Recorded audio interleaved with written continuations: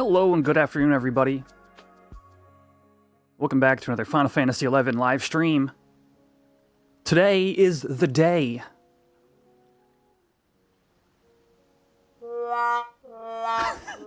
Wait, why did I hit that button? That's not the button I meant to press.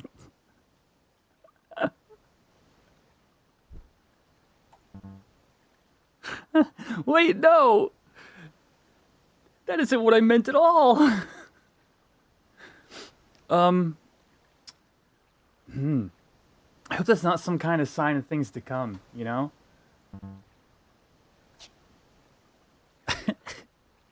What's up, y'all? So, I have to take an airship right now. Wait, did you airship to Bastok for some reason, Cam? That's hilarious. Because I had my home point set in Bastok for ore digging last night. I stayed up until 4:30 in the morning chasing ores.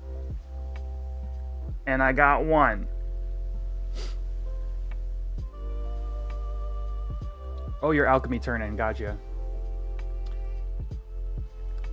What, DA? You got such a dirty mind, dude.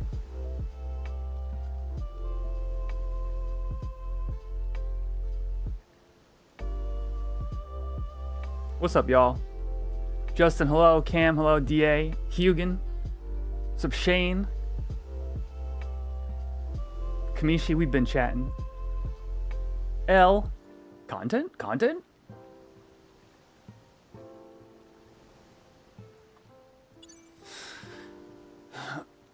Yeah. But yeah, I have there's 4 people in the party already.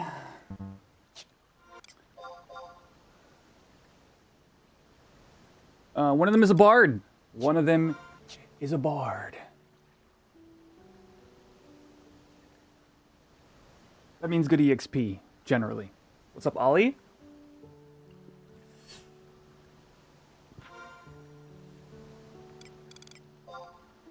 I have 24,000 to go. Playing some Arena? Yo, Anthony's been playing a ton of it lately. But he does standard. You know?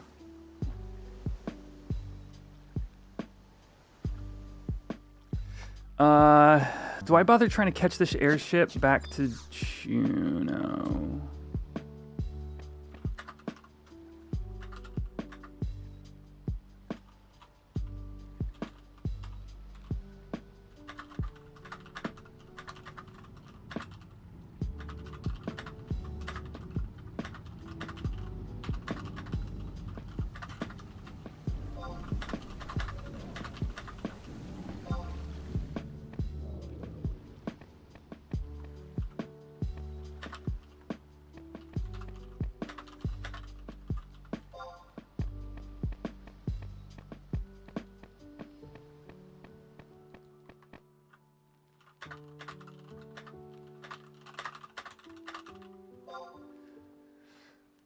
Oh, you got Sue into playing?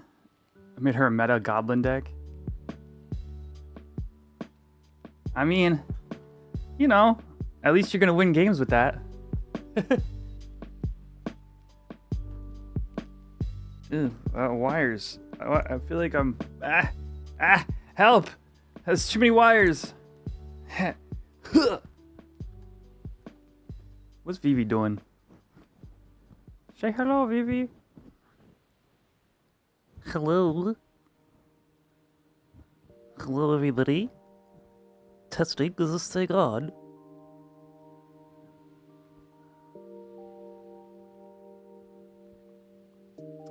What's TNL? 24K. Niet. Niet, Vivi. I don't know, he doesn't want to stay today.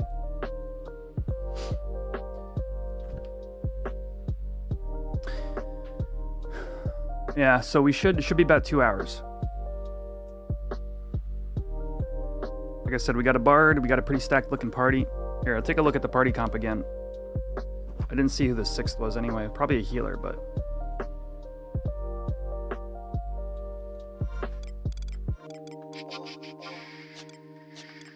Party member list. Alright. Ranger, Warrior, me. Paladin, question mark. Red Mage, Bard. I'm betting this is a DD of some sort.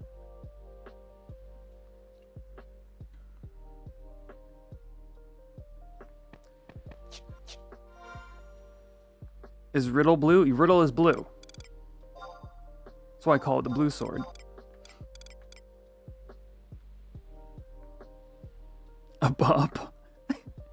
A party of thieves?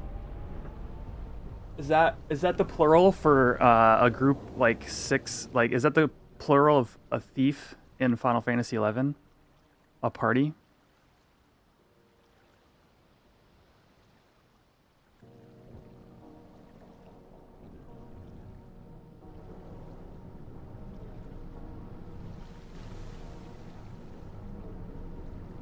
Oh, Blue Mage. No. My bad. I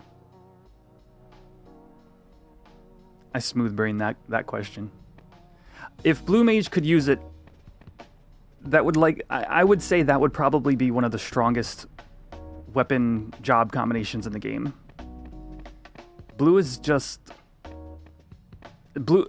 I believe, in chat, you can correct me if I'm wrong here. I believe blue is the most potent class with a sword. Between their sword skill and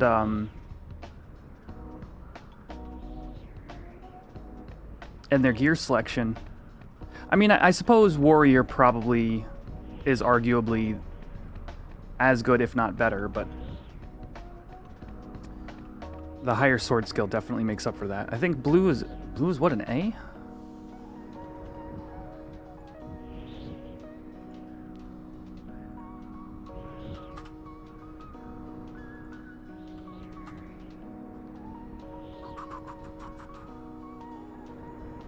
Blue Mage is going to be so interesting when it comes out. A+. Blue Mage is A+.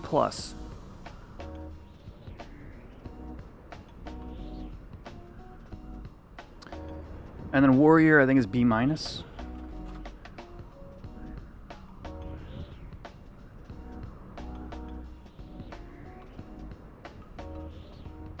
B.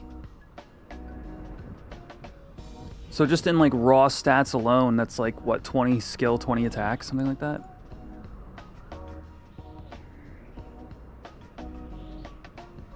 Paladin is A as well.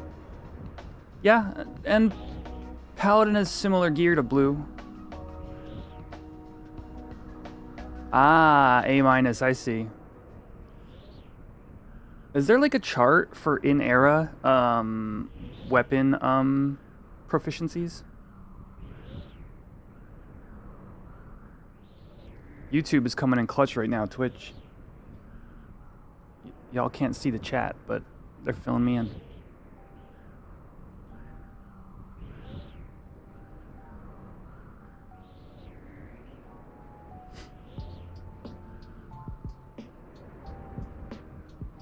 Yo, did my YouTube like button just work?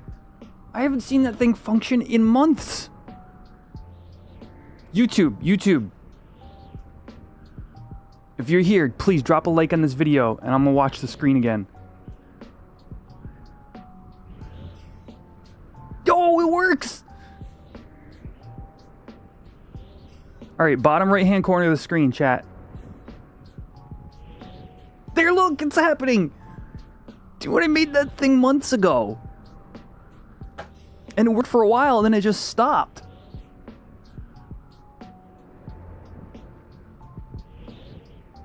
So how is it time? Who told you? What's up, wontons?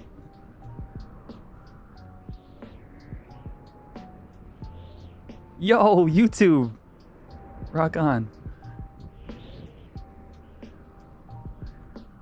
I just know that it's time, dude. It's time for DA Soccer's friggin' COP ring. Let's go!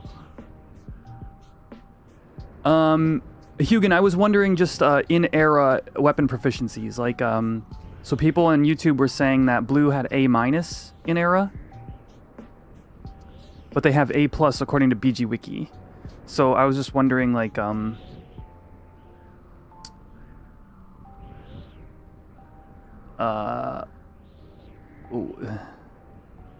many jobs had that happen to them? What's up, Terrafim? Wolfwood? What's up, y'all? Repost, Jay Clemens. I don't think I said hello, Direwolf, but hello. Just saying hello to the YouTube peeps. Evan, how's it going?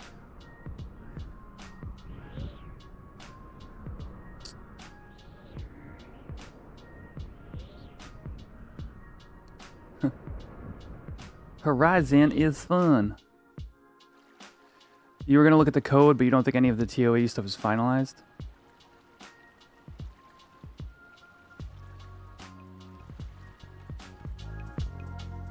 Somebody, I missed it, but somebody was saying they, this is, Fooly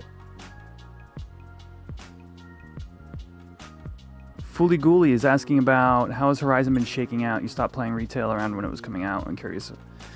Horizon's been fantastic. We're on the verge of a patch, a large patch that's going to be buffing Thief and Samurai, as well as release a whole new H&M system similar to Z&Ms from TOAU. Everybody's looking forward to Treasures one day. That's going to be a ton of fun to do as like a group, you know, with the people that I've been playing with for all these months now. And like, I don't know, man, to me, Horizon's got a bright future. But also my party's waiting for me. Somebody had mentioned though that this is around the time when they stopped playing back in the day, or started playing back in the day. Now is a great time to get into Horizon, even if you just want to play super casually. And then, you know, and then just kind of prep for when Treasures comes out.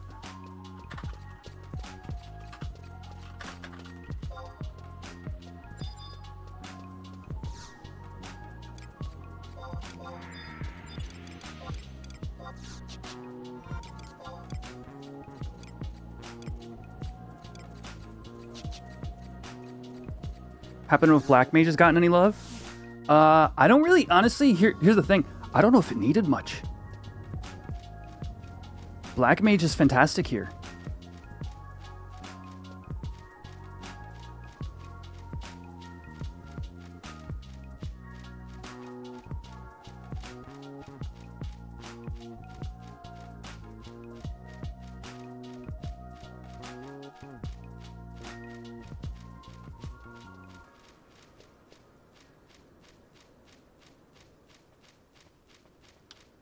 Yeah, I mean, COP era in general was a really good time for Black Mages.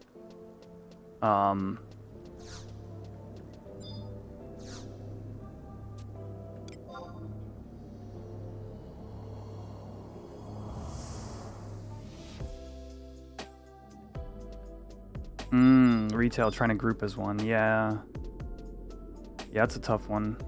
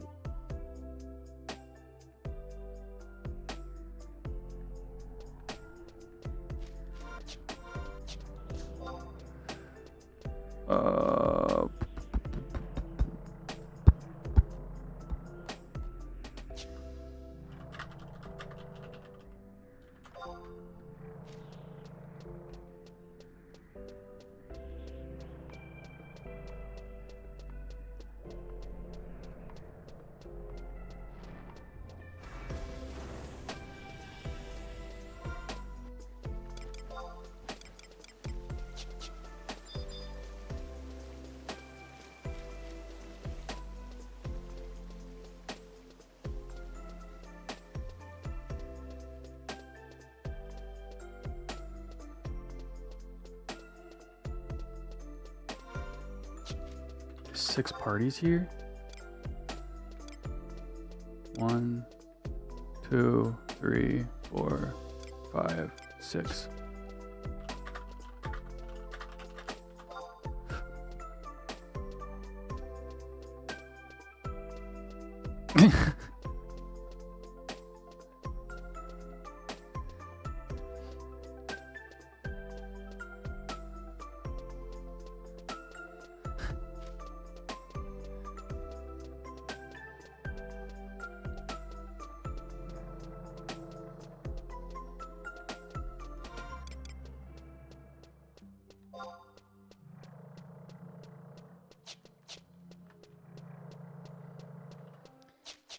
Chat, there's 6 parties here already. I'm gonna need some advice as to where to check here. Open? Briley says open. Where's Briley? Okay, ice.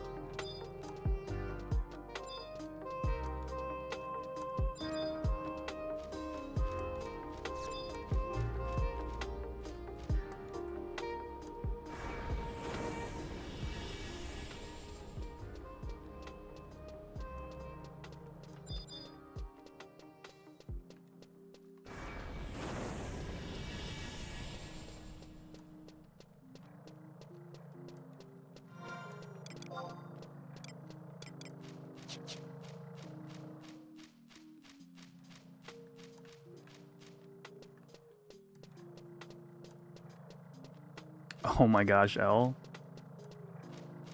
That is a wild idea. You know what you can do for your thief? This is what you do. You just do Eco Warrior on your thief every week. For your thief every week. And by the time you finish all the other jobs, you'll have like a 60 thief. And you'll basically be ready to go.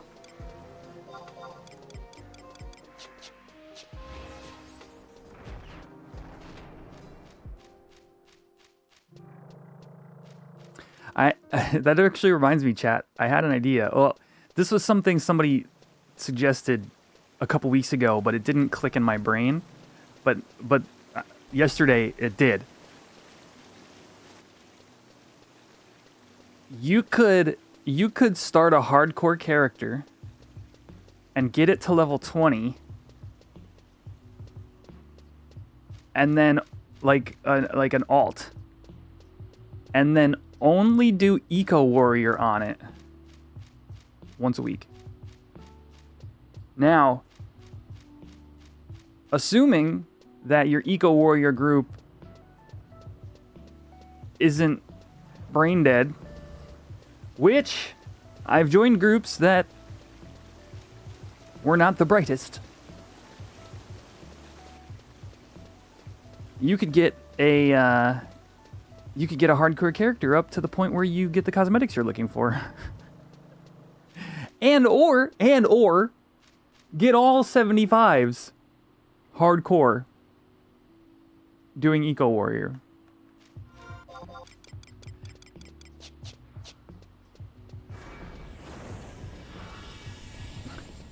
Scabscar, Eco Warrior is a quest where you're supposed to like go into like one of the starter zones near cities, and in original retail it was kind of like a thing people did just out of the blue because you got like a 1500 exp scroll or whatever, but on Horizon it's basically a 10k experience for any job level 20 plus, and which makes it a nice good casual exp for a job that you're like not wanting to go full hog on. Or, in my case, you just slam it all into the job you're currently leveling. Exactly, and you'd only have to play 20 minutes a week on that character or that job.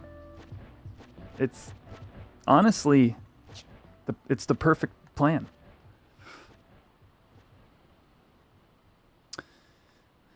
Oh yeah, Ollie, what job did you decide to be doing that on? I'm curious because my that was kind of the first thought, is this is how you get a hardcore character up.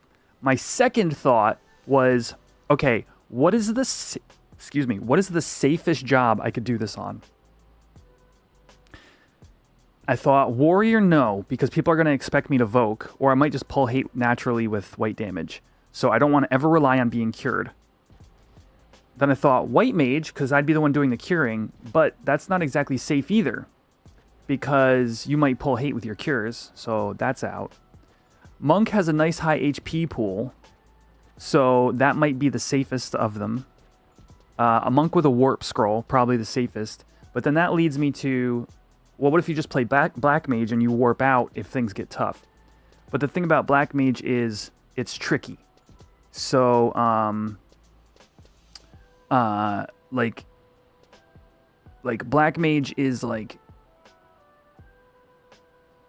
you know, sometimes a sleep will get resisted, or or your warp gets interrupted, etc. Hero Heart recommends Thief, Perfect Dodge, and Perfect Dodge Warp Scroll. If things go absolutely south, Perfect Dodge Warp Scroll. You tried War at first and made it to 12 and got killed due to a bunch of misses fighting a mob. Trying Monk now for your third character.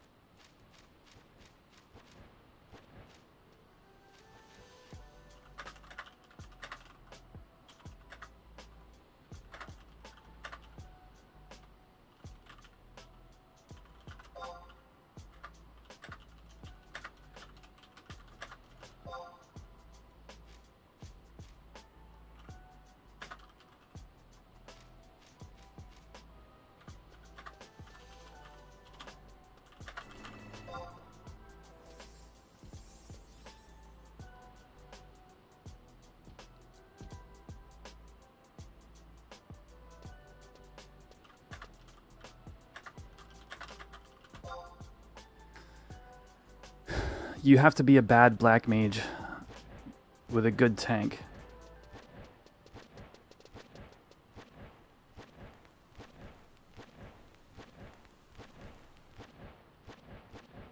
There is hardcore characters, yeah.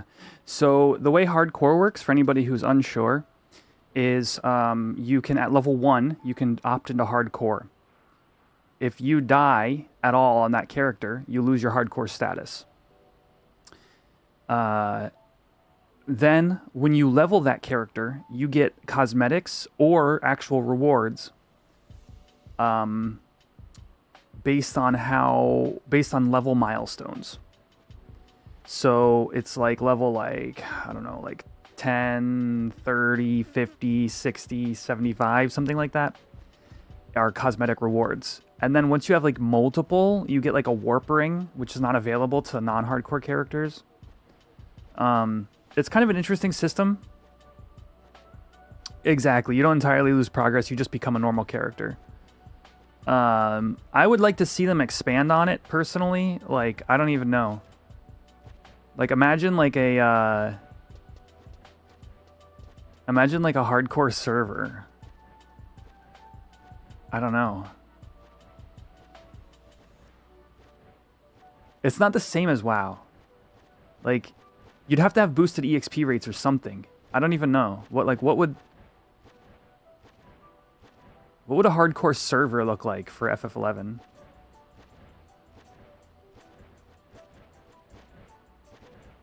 Where, like, you die when you die. And how much of people's time would be spent AFKing in town? I wonder.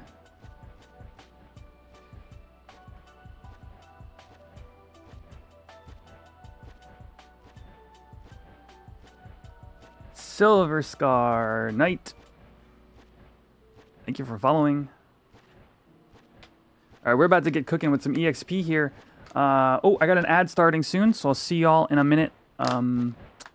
See y'all in a minute, okay? As I eat my cashews.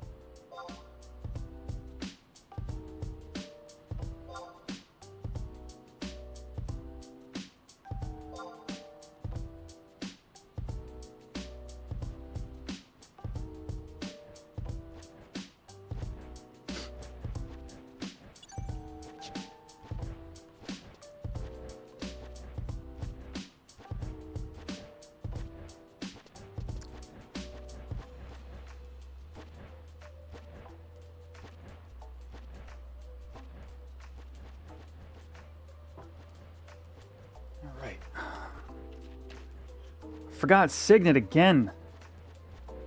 Darn it, chat, I forgot Signet again.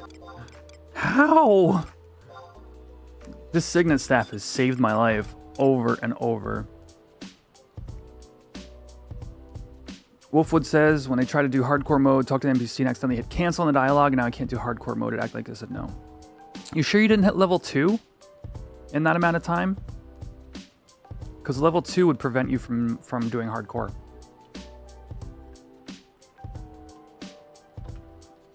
Hardcore server, you'd solo, you think? No way you'd risk.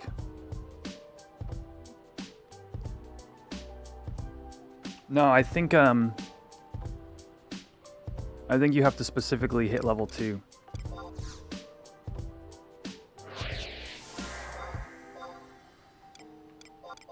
Somebody wants to confirm that. That's what I remember.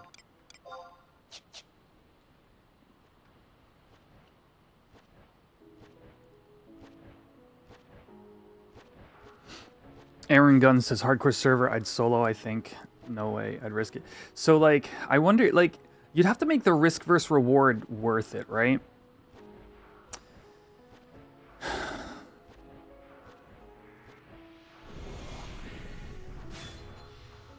Like, what would be people's incentive to play on that server? You know? Like this hypothetical server. Like, full hardcore. Like, you die, your character dies. I mean, just doing something like a Fafnir is like... You're just gonna... Black mages are just gonna die. And you're gonna lose those characters. And all that time invested.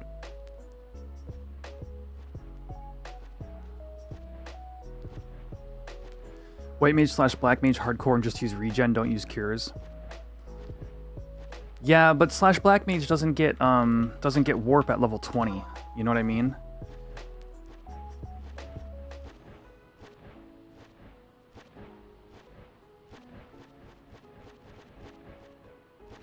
Give people individual loot pools. That would probably be a start, yeah. A required hardcore server for FF11 would not work. Well, I think that's kind of the conversation is there a way it could? Like I said, like boosted EXP rates.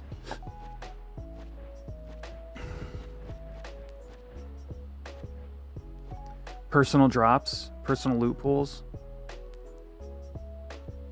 Like the thing you need for a good hardcore server is you need to be liberal with what you give your players, but also give them challenges that they might die in.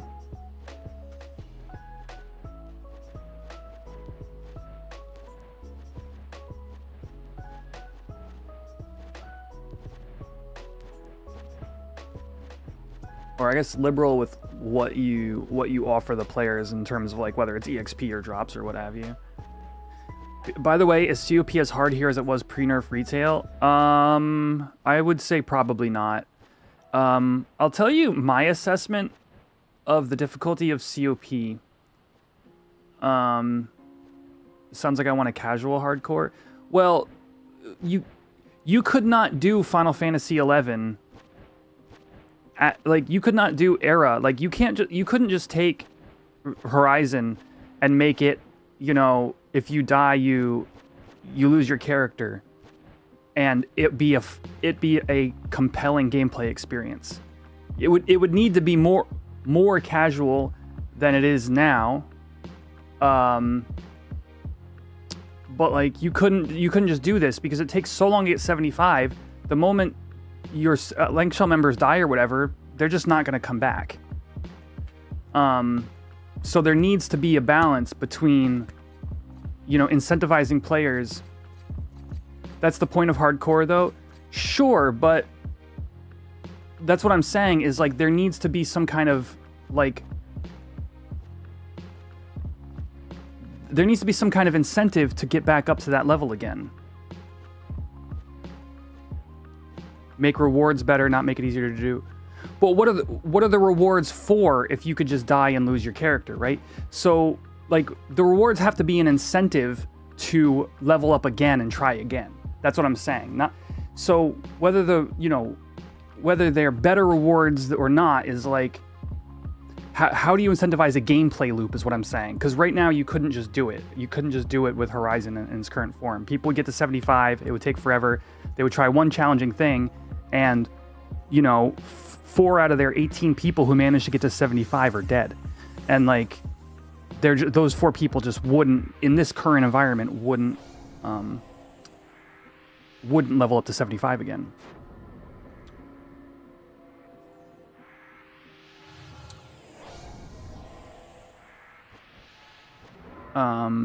What were we saying? Just some thinking about Riddle. Might not be amazing till 72 and you get Supa. Supa doesn't help Riddle here. And yes, COP here. Oh yeah, that's what I was saying. So for some strange reason, I don't remember a lot from an era. I mean, I remember like a lot, but not a lot of specifics. But something I did remember is like fighting Omega. And my experience fighting it here is, I don't remember, like, we were barely buffed. We had a Bard, we had like Minuet and Madrigal. I, as a thief, felt like I was attack capped, which was not what I remember that fight being like in era. So, after coming out of COP, and like there were difficult parts, don't get me wrong. The whole 3 paths is a pain in the ass. You know, promies have their own dangers and difficulties. But there was something about the mob scaling, and I think it's this. This is the conclusion I've come to after coming out of it, and it's been a few months now. I think the weapon formulas for one-handers and two-handers being the same, being that, what is that, 0.75? I think it's just led to basically too low of defense values onto some story mobs. That's my assessment. So it makes things like, it makes a couple of the fights just feel like why would a thief who has like one attack song hitting for full damage on my weapon skills and all my like physical hits? That seems, you know, again, that just seems like a defense value is too low, or conversely, an attack value is too high. Not losing the character, but only the level might be decent. That's an interesting thing, Hazy. Yeah. So somebody mentioned earlier you just de-level to 1 instead of losing your character. I could see incentivize a gameplay loop. I still think you'd need faster EXP rates. Not necessarily fast EXP rates, just faster EXP rates to incentivize people to want to level up again. Supa here does not have dual wield on it. Or sword skill, I don't think. Yeah. That's Supa here.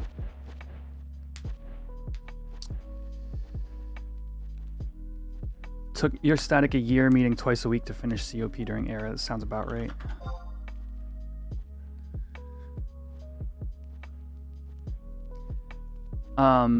So Horizon changed specifically Supa and I think one of the other earrings to make them not be a must-have, and players feel like they have to choose that earring or else they're losing out.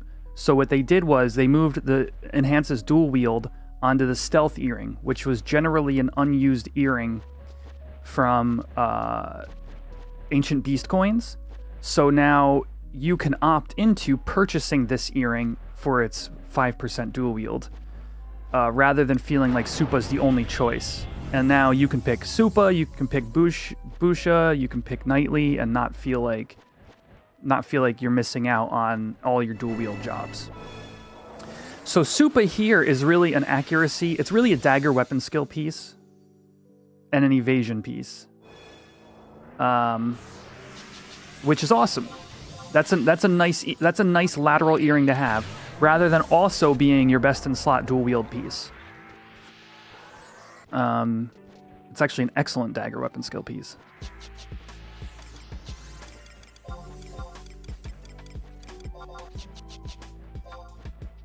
Whoops.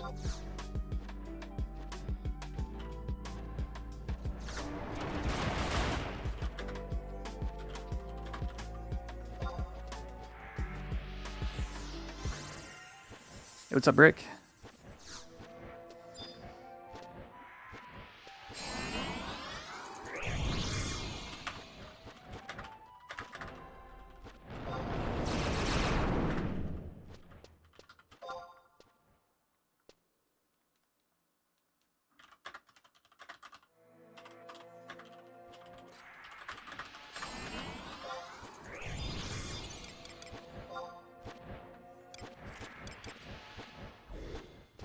Alright. Let's start. I think at 63 I was accuracy capped. Let's see. Without Madrigal.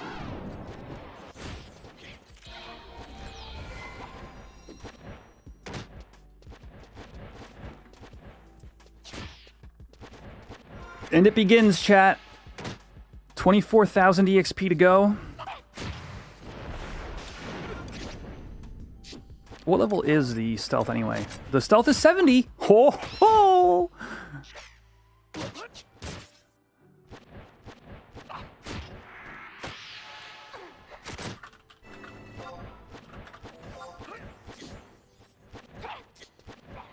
Oh geez.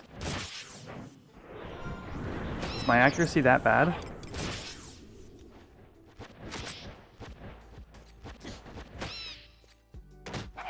Maybe I needed sushi, and I ate meat.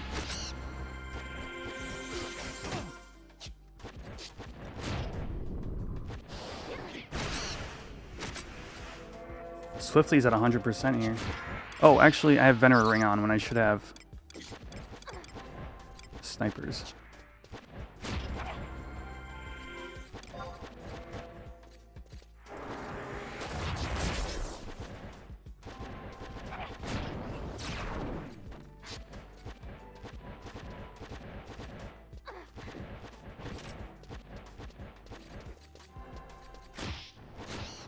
.208 is really good.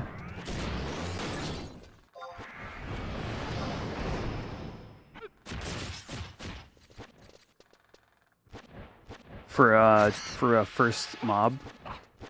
Yeah, I sometimes forget how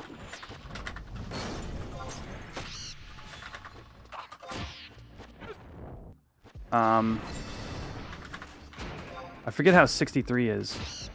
War can still use Joy Use. It can use Joy Use, and it's actually really good here because of the one-handed weapons. One-handed weapon. What ratio?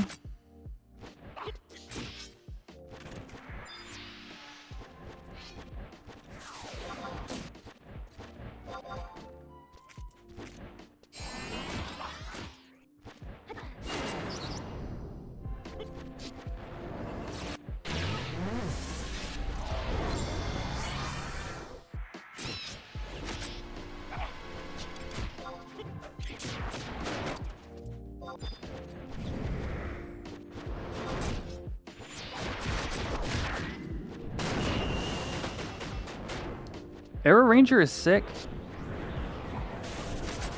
It's I mean, you know, the thing I will say, Elle and I were having this conversation yesterday. It's kind of a specialized job. Like, you can't bring it to everything, but the things you can bring it to, it absolutely slaps.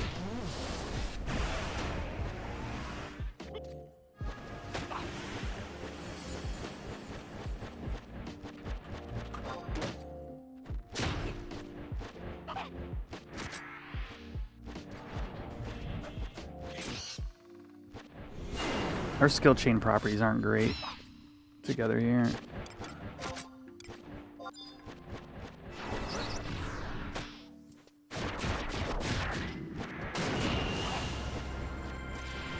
It is a money hole, yeah. Silver bullets.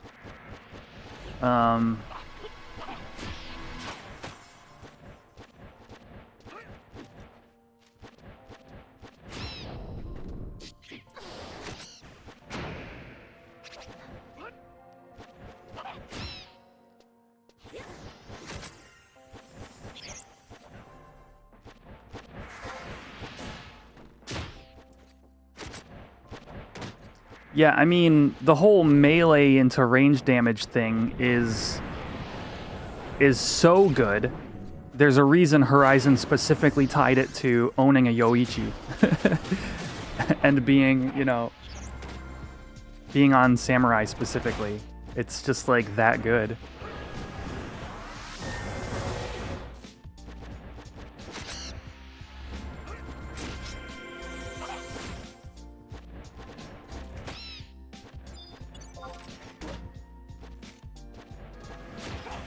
How's my accuracy? 86? Okay. I'm happy with that. World's worst rampage? The heck? 346? Yeah, that's not great.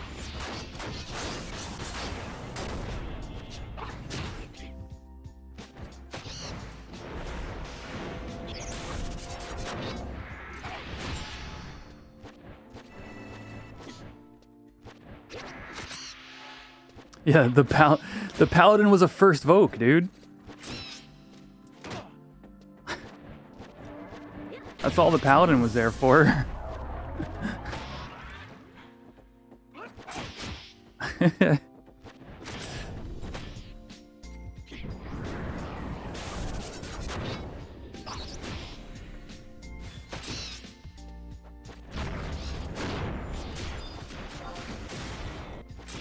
Yeah, I do like 63 for how high the EXP is per mob. Like, we'll probably only get like a chain 6 or 7 most of the time. Melly! I did a thing, Melly.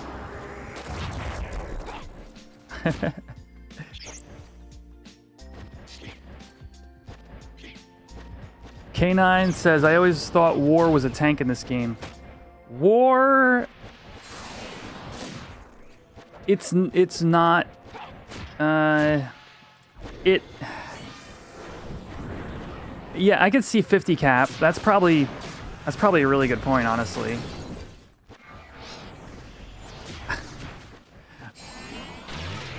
I want to say no to that, Melly.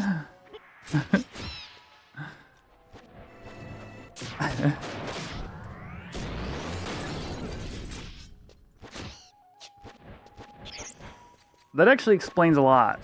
50%? Or 50, level 50 rather?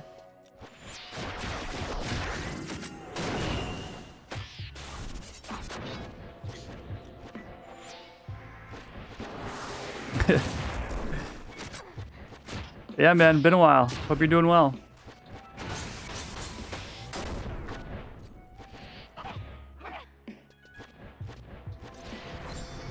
Like, I think Horizon still has the potential to build Warrior as a tank. I mean, like there's Bravura, you know, which does allow you to tank as Warrior.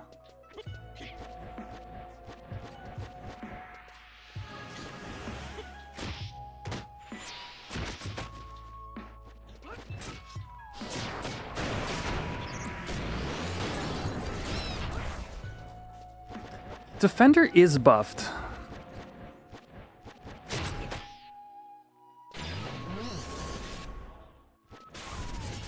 Yeah, you're never gonna hit the DT cap on Horizon as it is. Turn Bravura into a one-handed axe. Bing bang boom. All right, Lucy. Rock on. Yeah, it's a private server. It's super fun. Really enjoy it.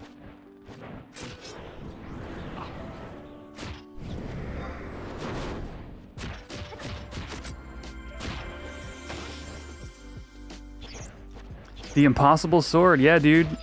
Our LS has gotten 2 since Horizon started. And I won the first one.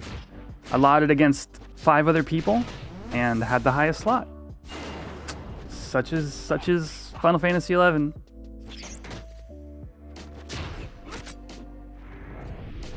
So, I'm about 21k EXP away from equipping it. So, on my Warrior specifically.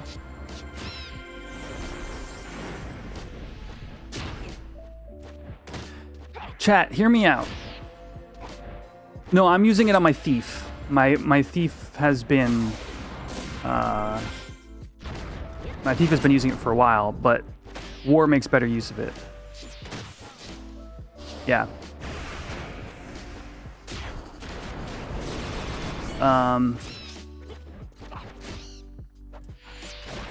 Hear me out, chat. All right. You should give your warriors your M bodies.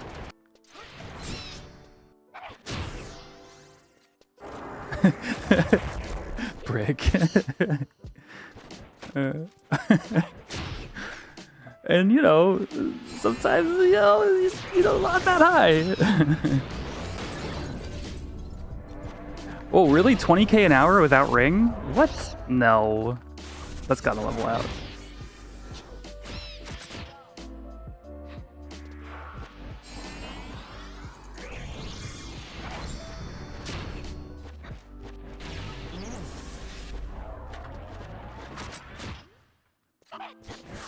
All right, later, man.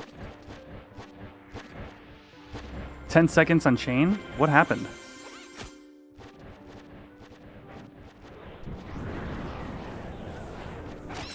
Did we get magic aggro?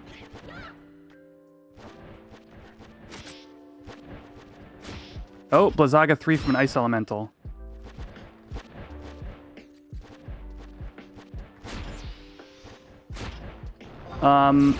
Oda, I am 69.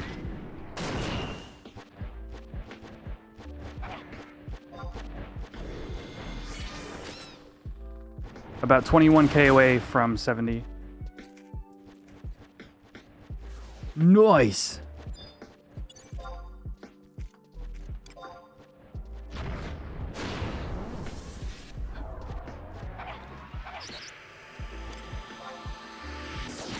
Oh, crap. One shadow remains. Might have to defender it up here. Dude, world's best paralyzed? Let's go.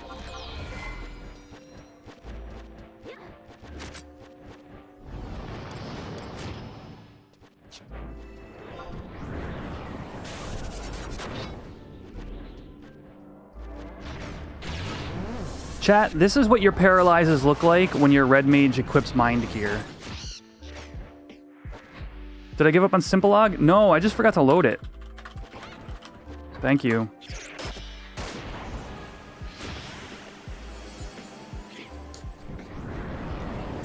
Mr. Happy Asthma on YouTube says, stumbled across my channel. My elemental ore stream convinced you to level chocobo digging. Awesome. I mean, I really enjoy chocobo digging, so... You know, obviously,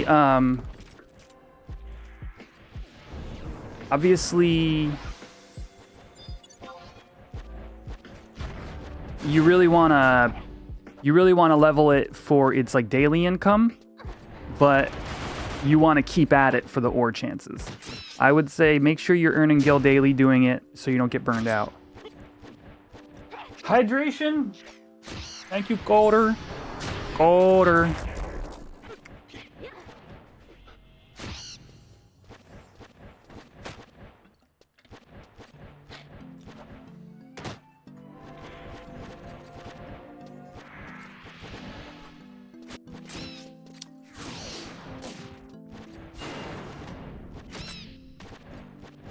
I keep impulsively moving the camera, but the camera moves weird with XI camera loaded.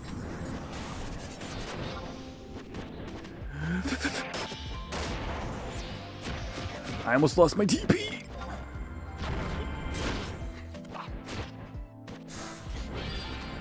Oh, Defender's still on.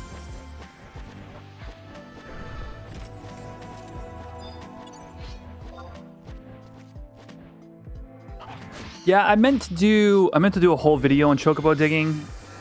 It's just like life got busy and then there was other content to be doing.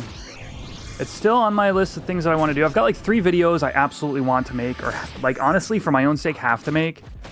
But maybe once I get settled in here doing this multi-streaming thing again, or doing this multi-streaming thing.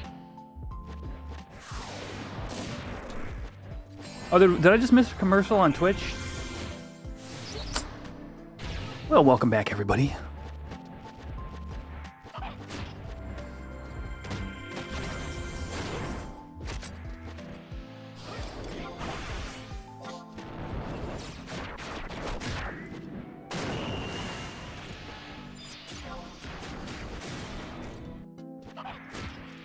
Alright, 17k an hour with that little elemental aggro. Oh, maybe we are doing like 18k.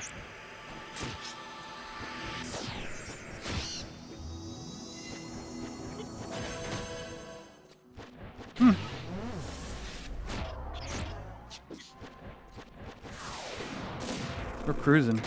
So what am I gonna get at 70? I'm gonna get stealth earring.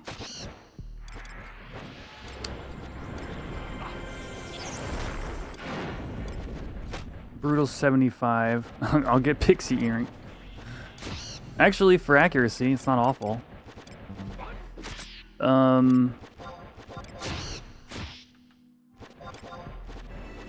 I've got a behemoth hide, chat.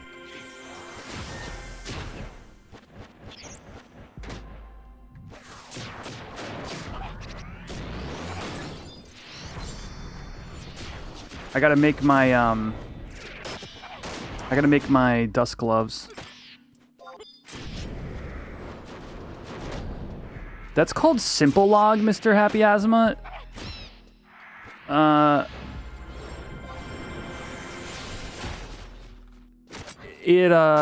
It was originally bundled with Horizon, but somebody passed me an updated version of it that I didn't know was out there, cause like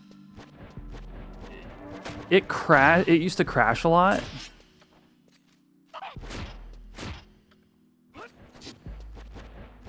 Yeah, we'll see. It's probably gonna level out to about 17.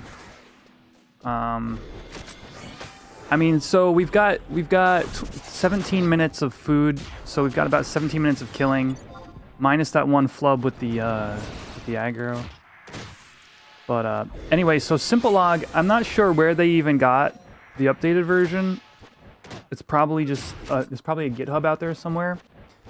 And I'm still working on filtering the proper things that I want to filter and coloring the names of party members and stuff like that. So, but I like it a lot specifically because it combines your attack rounds and will tell you like you did 2 crits and 2 regular hits, and it'll combine the damage of all those.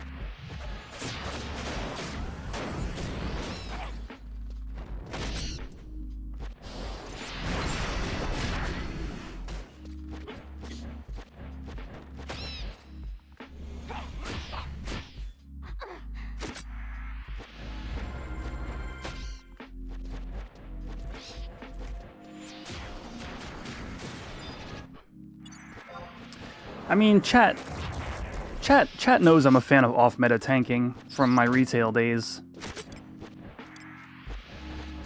If you were around during when I used to stream retail,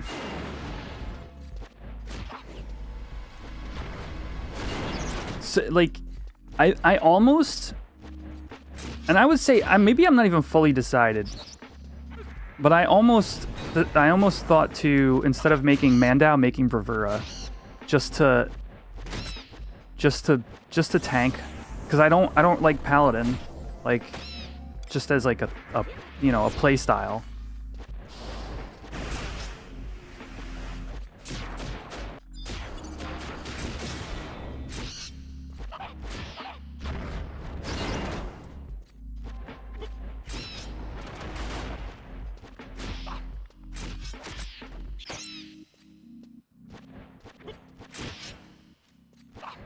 Yeah, I believe Cam was there when I was off tanking Dynamis Divergence on Dancer. I had some very specific sets, very specific Enmity generation. It was a really fun time. I think I might have a video of that around still.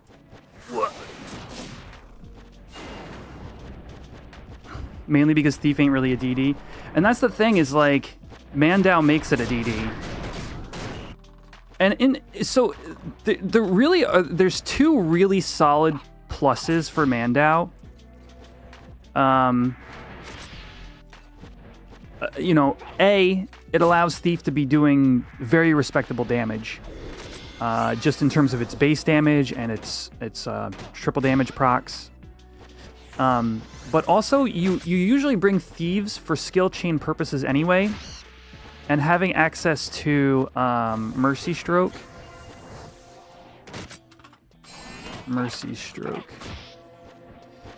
Having Darkness property for double darkness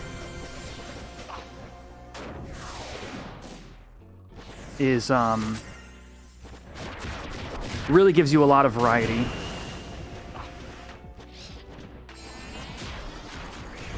You usually think as Merit Party EXP. I mean, if I like, yeah, I guess we just have two different viewpoints on why I bring my job. Like in H&M's Kings, you know, in Kings, in Sky, in Limbus, even, because we usually only have like 6 to 8 people. Skill chaining is a common thing. And in Dynamis, so in Dynamis and Merits, you're just dumping out more damage, which is all you want to be doing. Like, so to your point, as far as building a relic goes, to just dump out more damage in Dynamis and Merit parties, Mandao is probably on the lower tier of that investment. But like, Thief is so generally needed for Dynamis. You know, insert piece of content here. Salvage. I think Salvage is probably one of the better examples of a well-geared Thief. A well-geared Thief is needed for your treasure hunter in like Salvage, and then also your damage is higher, so you clear faster. You know, that kind of thing. But like, I think still to the point is like it doesn't do much. Like I mean, I love the way it looks. And I'm working on one very, very slowly.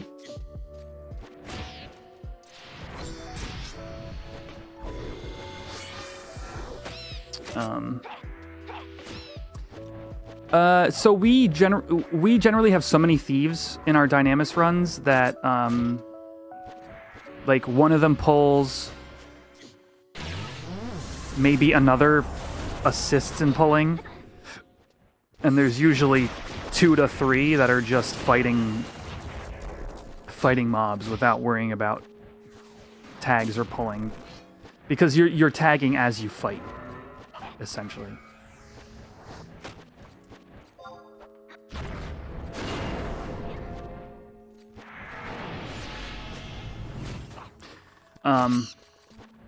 But like I said, like, honestly, like, I think it's really interesting having you know, having a Bravura warrior. So I have it. I'm like 90. I'm like, y'all, you know, my 95.5 rant from yesterday. I'm like a 95.5, like 95% to do Mandao. But there's like that one little part of me who's like, honestly, Bravura opens up more character utility, you know?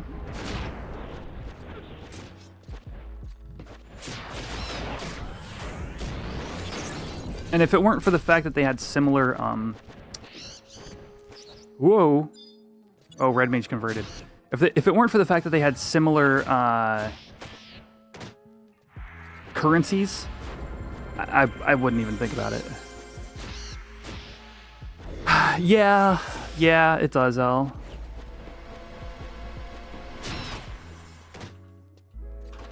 So,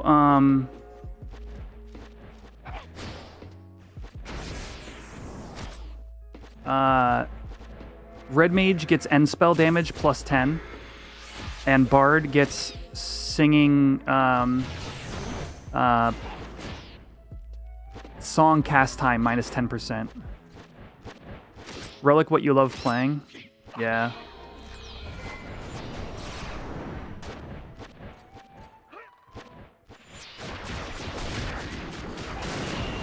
Thank you for the hydrate, Ayame. As soon as I engage this mob. Okay, we've come back up to 18, and we've kind of recovered from that elemental aggro, so I think that's where we're sitting, between 17 and 18.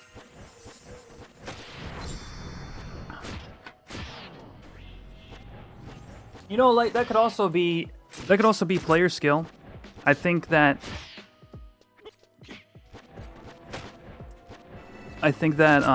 I know I've taken my thief to merits with like really well geared warriors and stuff and been second on pars. So, and that's the thing, is like I won't know how well it can perform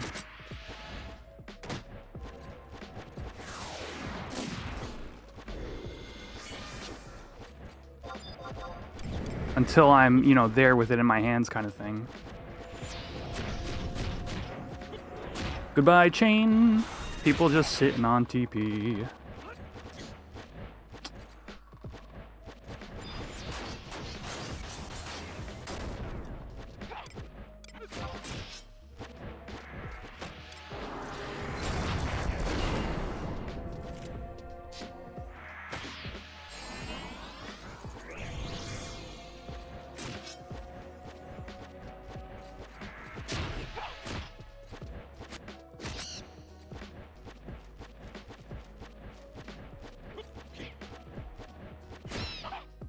We're just gonna fight here with the red mage.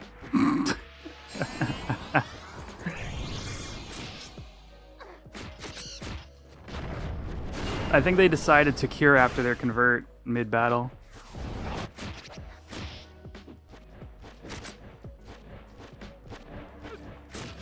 Yeah, that wasn't my point so much as I don't know how good of a player was Pi at their job, but RIP anyway. Oh no, goodbye TP.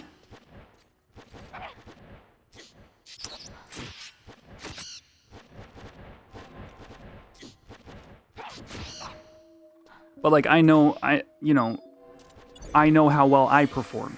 So I can generally, like, I'll be able to know a difference in my own DPS, you know.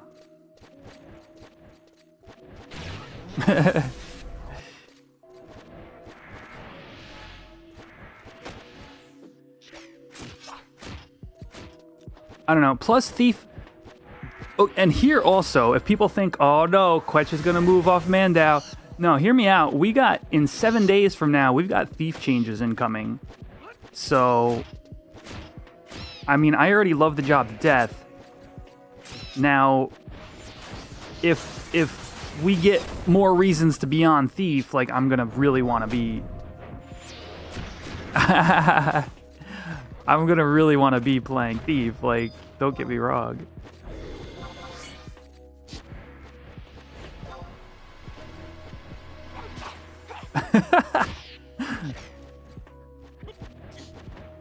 That's funny, L. Yeah, we generally, like, as far as us on Bahamut, we generally kept to a pretty, like, you know, like, tryhards. Like, playing on retail was, like, that was generally the circles of people we played with. And, like, Horizon's so open.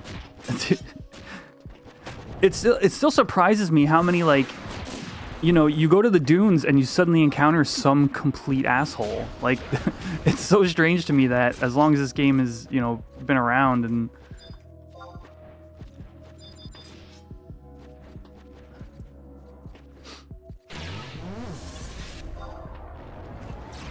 Oh, 100% pips.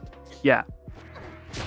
And so Pips on YouTube says they would say War can DPS fine without a relic. Yeah.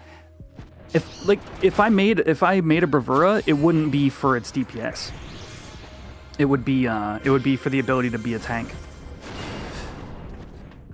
So that, interestingly enough, I'm not really terribly interested in the DPS that it offers. But actually, you know what? Do I have any carbonara left? Oh, too late. I already used. Thief changes, yeah. So we got a teaser in the Moghouse meeting back in, like, come on, chat. What was it, July?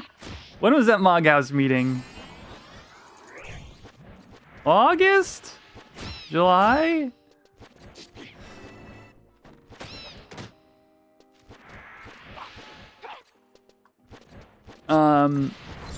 It was said that Thief was getting utility adjustments, Samurai was getting DPS adjustments. They also wanted to adjust both Thief and Summoner, but those things may be on the back burner. You're still amazed they didn't make Gutler accessible to Warrior? I'm definitely on record for saying if Warrior were on Gutler, it would be the strongest relic in the game. I would think DPS tanking, you'd still prefer Dark. I mean, I get that. I don't like Dark. So just from my personal perspective, like, I can see somebody making that choice, hands down. Like, APOC is such an interesting weapon. But just, you know, in my case, who I'm literally sitting on currency, I'm working slowly out of Relic, like, it's, for me, it's definitely between those two.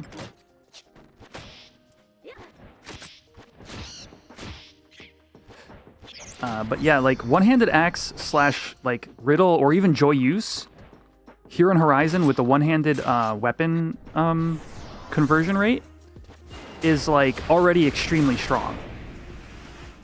You put Gutler as the main hand weapon and doing, what is that, Onslaught?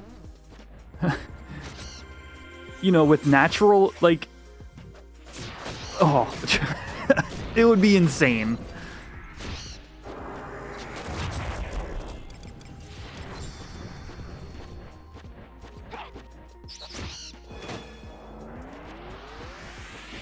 What are we at?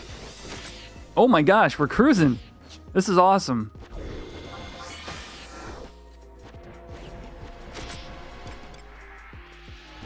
All right, depending upon how long this this party lasts, I was thinking about trying a 70 sync merit party.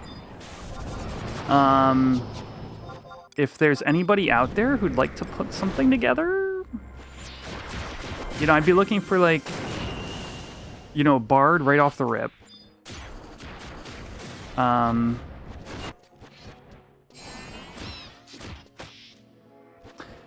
Yeah, Warrior gets Bravura and Ragnarok. Where's GM Dave? He has Bard. He's actually not around today. Oh, he said he has a half day at work, so maybe he will be around.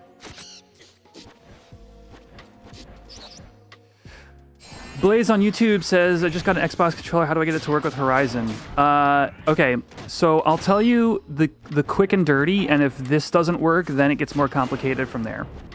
What you want to do is you want to open the launcher. Then you want to go to Settings, and then at the top right-hand corner, and then you want to click Controller Config. In the Controller Config menu, you want to click the presets. There's, like, preset A, B, C, D, E, and F, I think. You want to click, I think F is the one that has X input selected at the top. Once you've selected the preset, the easiest thing you can do from there is click Test Gamepad. And specifically, you want to look for your joysticks. Are your joysticks showing up under Test Gamepad? If so, you're probably ready to go. Just click OK and launch the game. Yeah, I got a ROG Ally, L. Do you have one?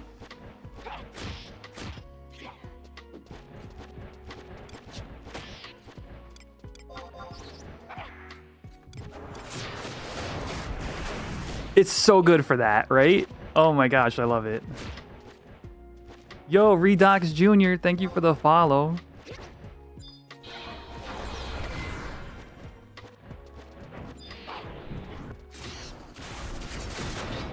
Rock on.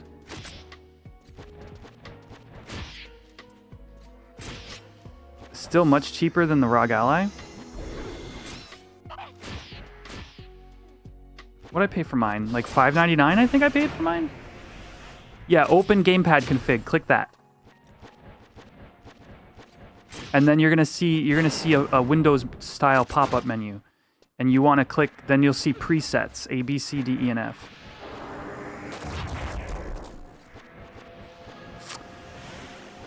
No, K9. Listen, chat. You know what?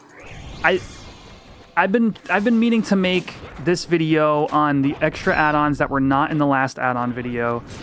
I'm tell you, I'm gonna set this down and you guys can hold me to it. I'm gonna make that video this week. I'm gonna take it in my notes here.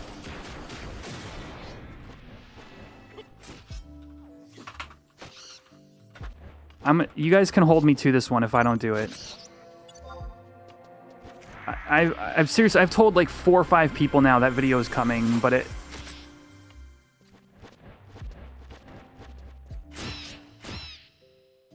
Just stream making the video? Oh, jeez.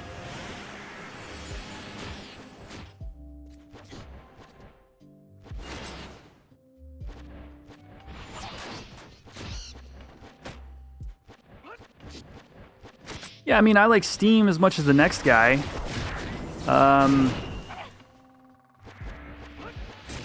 What sold me on the ROG Ally versus the Steam Deck was A, Windows, B, the flaps underneath are really comfortable.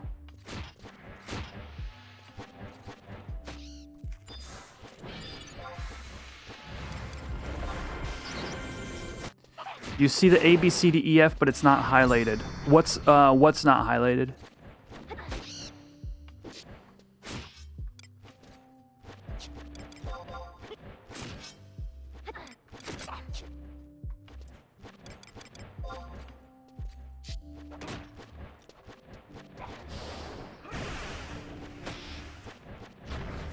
Yeah, for sure. Like, Windows meant all I had to do was, like, I had to install some, like, Windows dependencies, and then, oh, yes, thank you, STD.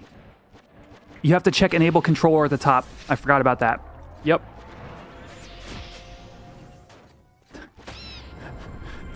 Thank you, STD. Yeah, I think F is the correct input for Xbox controllers.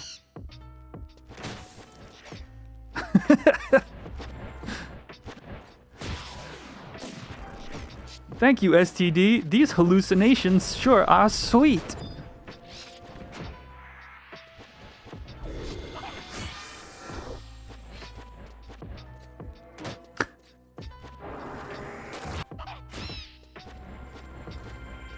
Not controller?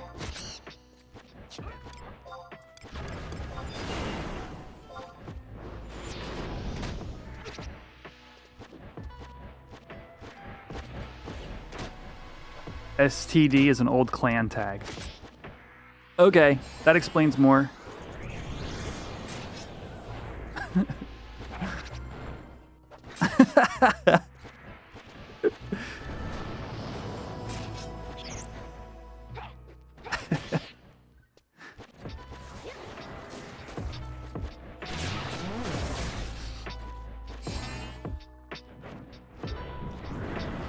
It says enable game. Enable gamepad, right?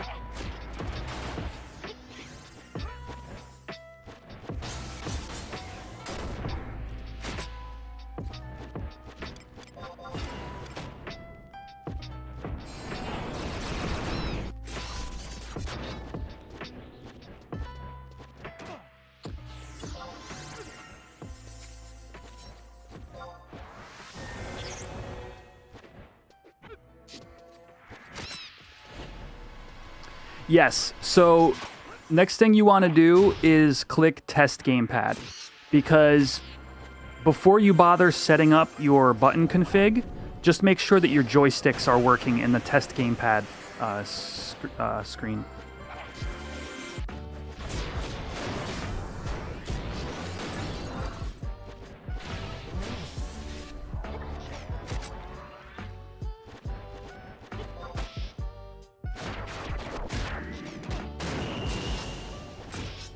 Usually if I see those working, I know generally that I'm ready to go. Okay, cool. Now, now the only thing left, like, you could literally just click OK from here, but you might want to just double check, like, your menu is on the right button that you want it for, your select button is the button you want. Like, if you don't know those things yet, just click OK and launch the game. But if you have a general idea of how your layout works for you, like, for example, this is like Y, or sorry, yeah, Y brings up the menu on the left. You know, A is my cancel button, B is my select, which is like Japanese style controls. And then X brings me down here to this screen. It allows me to, like, or it can bring me up to my buff bar. But that's just from, like, a long time of playing with controllers, and I kind of know where I want things. So if you don't really have that yet, you could probably just click OK. Raja's ring! Grads, dude! So good.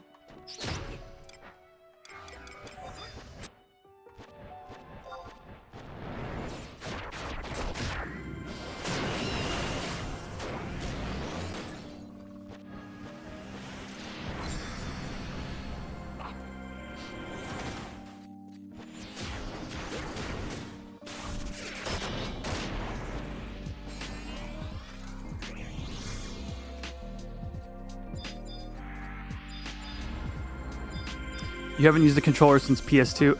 Okay. Then you could probably just click OK and then just try the controls and see if you like them and then adjust from there. That would be my recommendation anyway. Man, I really want to do a video on, like, advanced controller usage too. Darn it. I got so much to make, but I want to stream and play.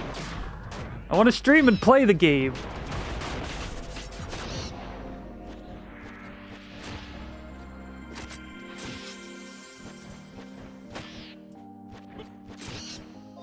Rampage.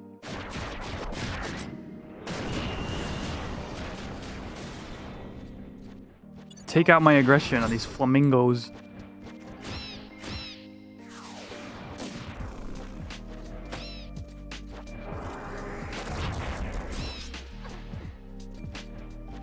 What is Yuzu, L?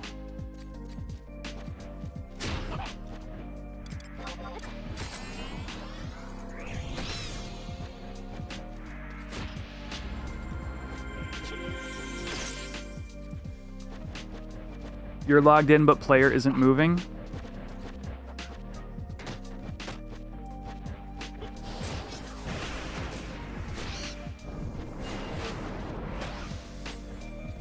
Having circle as select/confirm and not cancel is wild.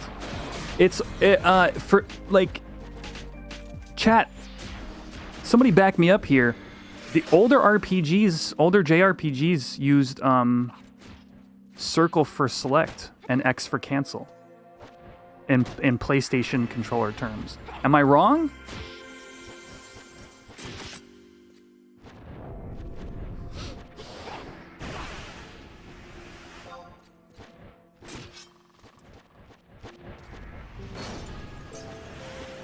They still do now? Okay, so yeah, it's been a while. Mojito says that's how FF11 was by default. Oh, you know they did, and it's still wild. Gotcha. Cool.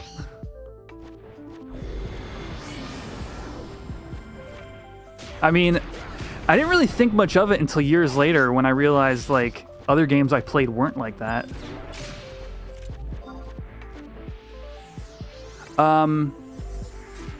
Yeah, it's just weird. So, Blaze, you had said that your joysticks were moving in that menu, and yet you're not moving in-game.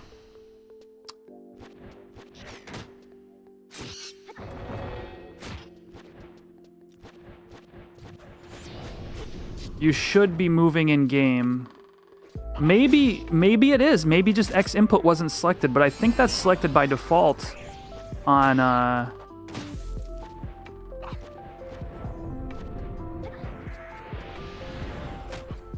input pre-config F or whatever, config F.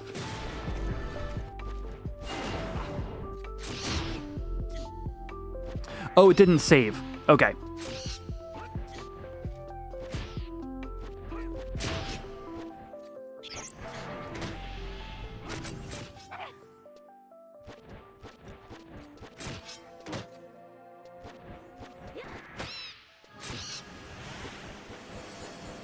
Cool. Chat is totally confirming, you know, that I'm not crazy, but like the only game I play is 11, so that's my controller config.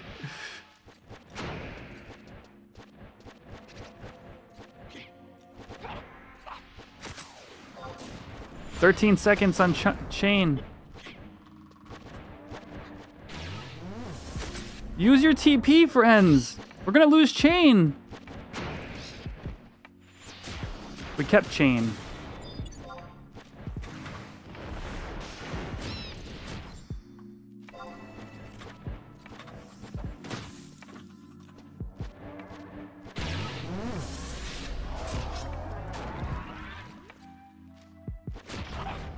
Hello from Cat's Eye, Argonian.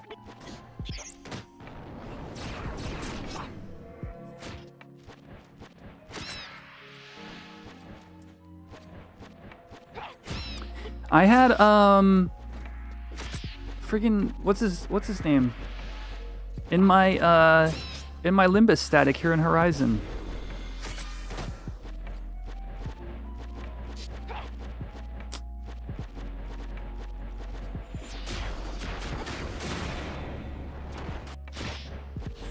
I'm not gonna find it now.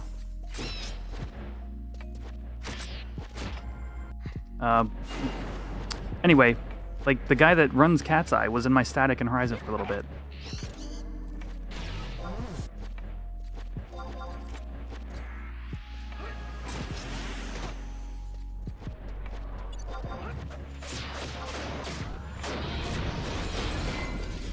Yeah, it was cool. We were talking about when they were deving Crystal Warriors. I have not played on the server.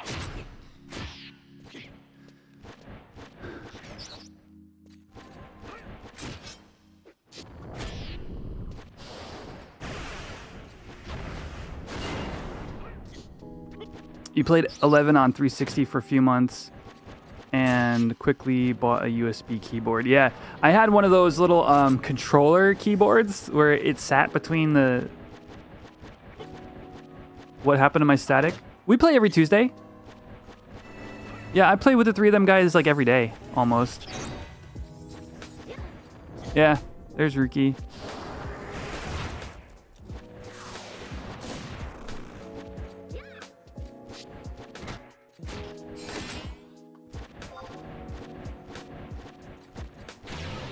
We haven't... Oh, ad in progress. I'll see y'all in 1 minute, okay? Yeah, the mini chat pad. That's exactly it.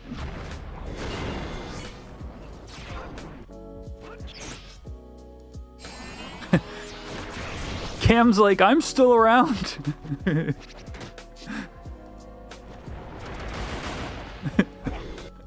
Don't forget about me. YouTube got no ads? Do you have YouTube Premium, Terrafim? Because I definitely told YouTube to play an ad.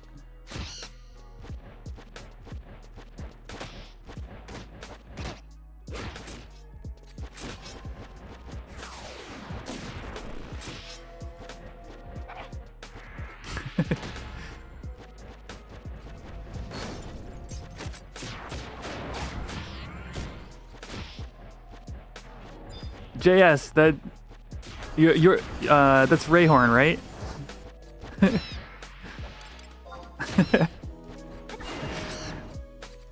Kev, you only play 1 day a week, man. Although you've been back, I will give you credit.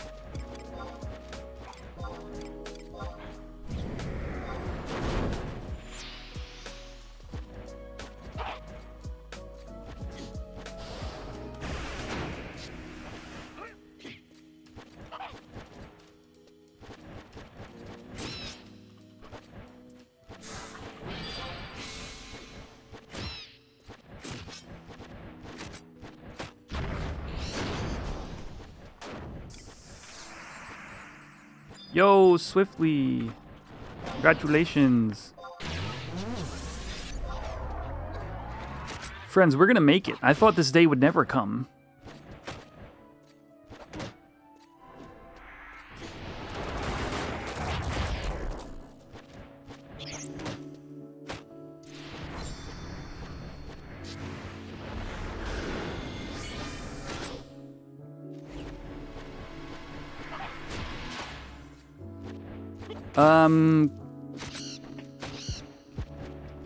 Kuro, are you watching, Kuro? Are you here?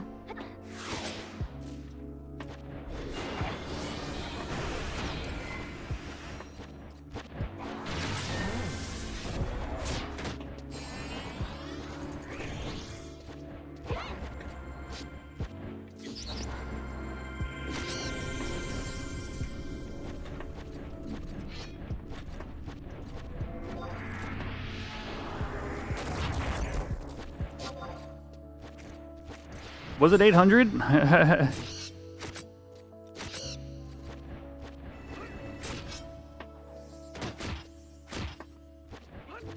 mean, it's nice when I get the double attacks. They typically push like 800. It's strong, man. It's so much different from Thief. The work I have to do to just do okay damage, like this is gonna be a nice change of pace. I brought we killed Fafnir last night, and I brought my Thief out Sub Warrior for skill chains. Or wait, sorry, for claiming. My bad. And then I was the skill chainer for our group.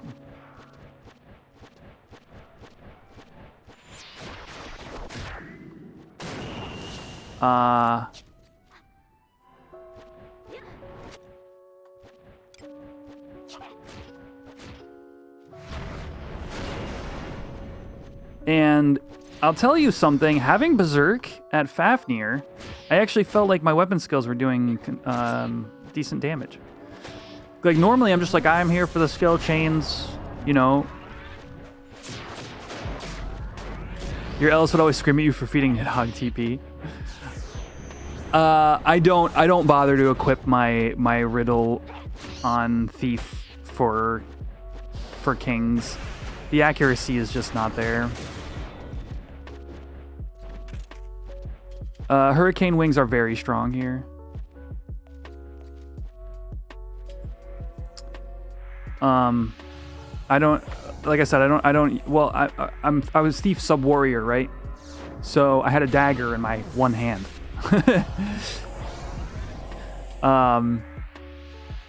But typically I'm either Warrior Sub or Dragoon Sub to those camps. And so I get one weapon. And what I equip is the Thief's Knife, which allows me to build TP and then turn. So, so there's that. But also on Horizon, your TP feed is 1 point. So the amount of TP the mob gains is 1.25 times the amount you generate. In other words, it's different from in Era. Oh, yo, what's up, Kuro? It's different from what it was in Era, because in Era you would generate a base of 50 and then plus an amount based on your delay. So if you say swing 4 times in your attack round, you would generate, say I generate 200 TP for me. In Horizon, that would be 250 for the mob.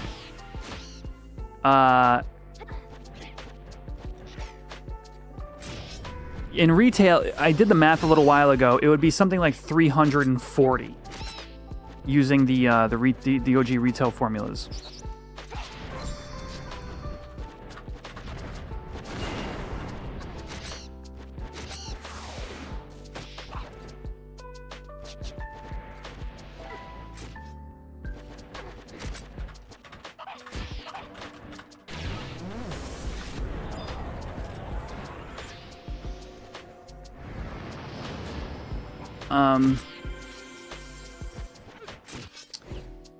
So you are generating less. Like a Kraken Club, for example, still generates a lot of TP, but it's not what it was in Era, where each attack round is just like a whole TP move.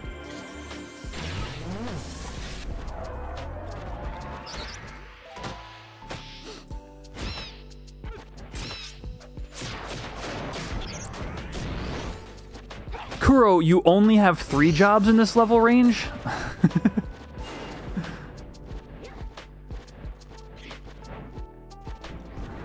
How long, JCS? Well, let's see. 9,000 more EXP. And then, you know, I can't equip it in this party, so we'll have to figure something out after that.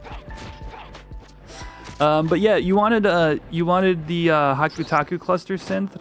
I would say, you know, after this EXP party, and then I'm going to be figuring out what I'm doing next, probably in between that.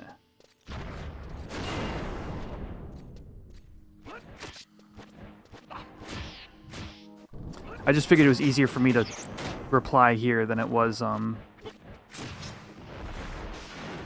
to type it in game. Yo, actually, Dave, maybe Diorite Farm is the best thing. That's actually pretty smart, because those mobs are pretty good EXP when we're 75.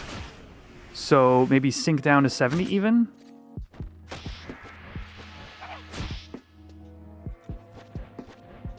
How many crit fails have I gotten on Haku since? I think 3. 1, 2, 3.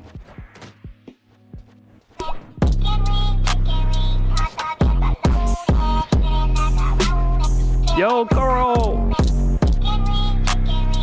Thank you for the sub, man.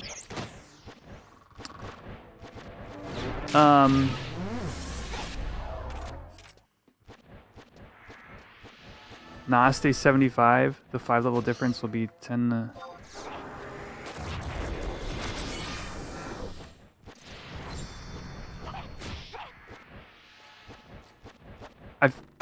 I feel like you, as the 75, would get so much more EXP sync to 70. I might need to remind you each month so you can gift your Prime sub. Well, I mean, now that you bring it up, you know, if you have Amazon Prime, you'd have free sub every month. And if you didn't use that yet, chat, now is your opportunity. Now is as good a time as any. The kill speed / gear loss would be too impactful. Maybe. Yeah, I guess I just rock sushi and whoop ass.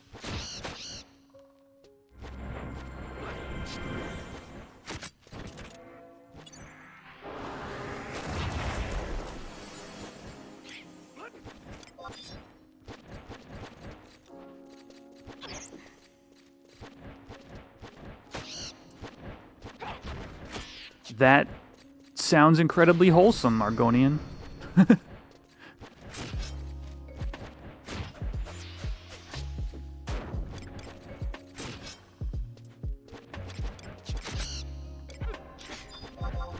Alright, whatever. All the JAs, let's go.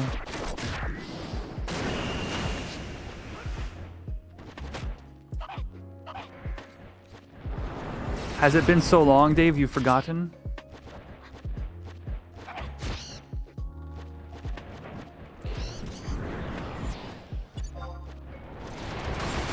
I think I partied with you once.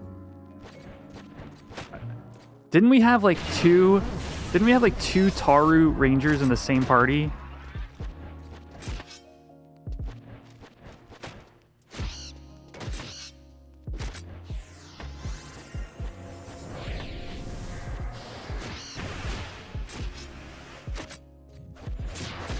And each of you hid in a different bush.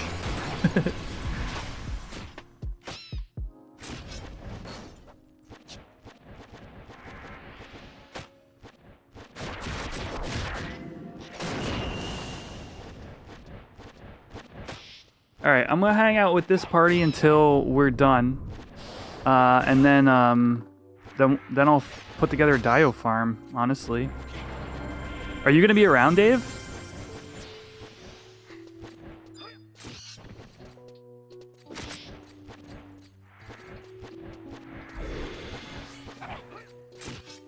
Why did I voke off the Paladin? Okay. Oh, you're going to be EXPing, never mind.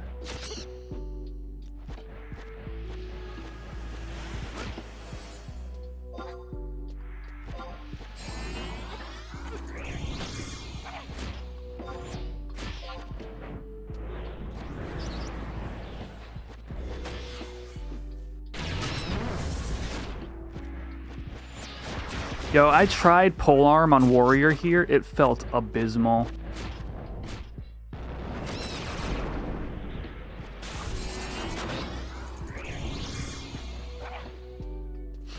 I don't know. People recommended it to me, and I was like, that makes sense. And then I tried it and was like, this is awful. Oh, 10 seconds on shadows. Sub Sam? I mean, Sub Sam would be better than Sub Nin, but then I'd just be tanking half the time.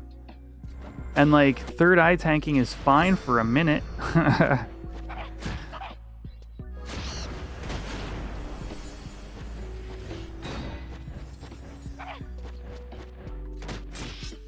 Like, I mean, I get we've got a paladin here, and that would definitely make a bit of a difference. Is my food down?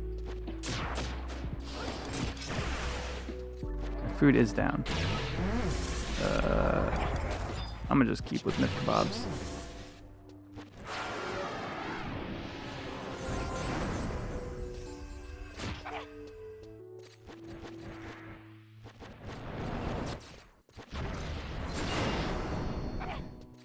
A designated first vote, yeah. Somebody who is specifically trying to generate hate. Does 75 Paladin get cover? Yeah.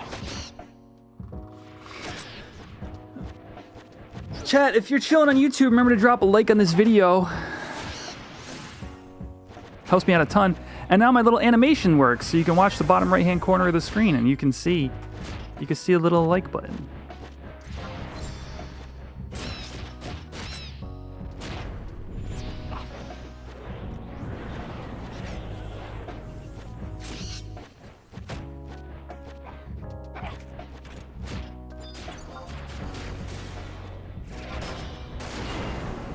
Attack.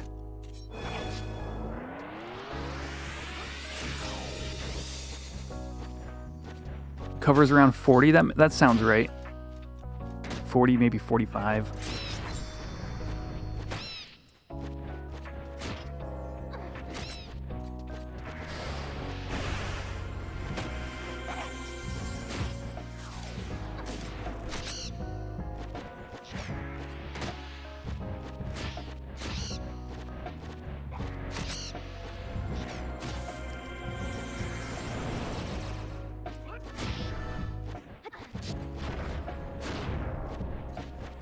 Yeah, I mean, it makes sense. Bleed a little bit of health, then toss up your third eye. Like, I know, I would try it, but hopefully from here I don't have to actually EXP.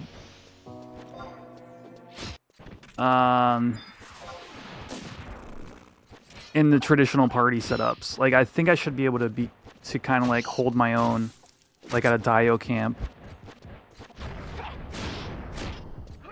How does provoke work in this game? It gives a flat enmity number. So there's two types of enmity in Final Fantasy XI. There is cumulative enmity and there is volatile enmity.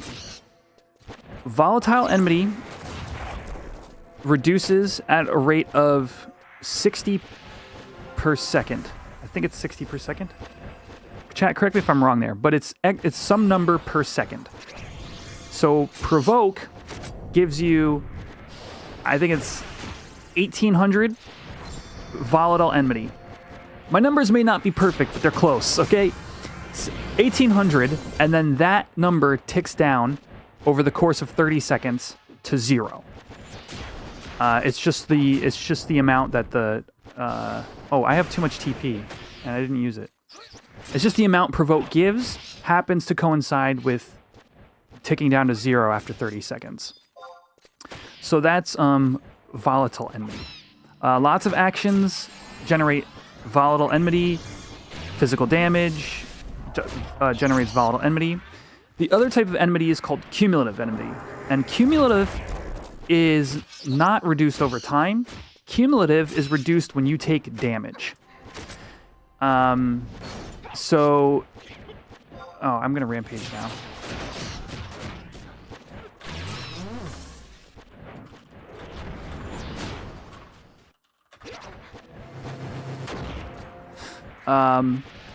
But that's the type of enmity that is kind of like more important to figure out and balance.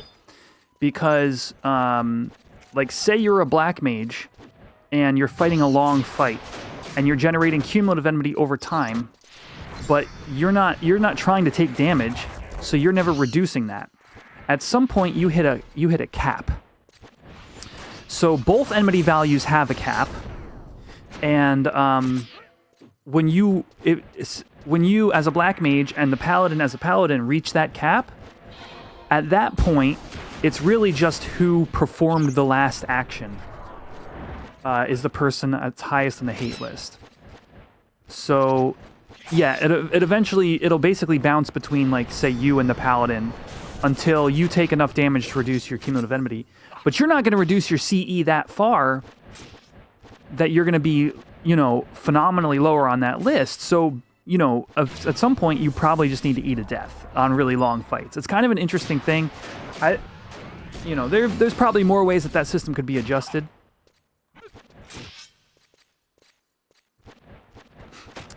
We got a commercial happening in 12 seconds, so I'll answer these questions a little bit further once that's over.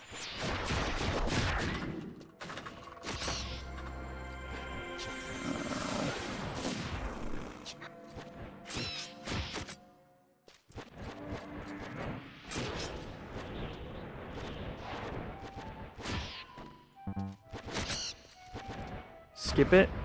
No, it's too late. Plus, I don't want pre-roll ads.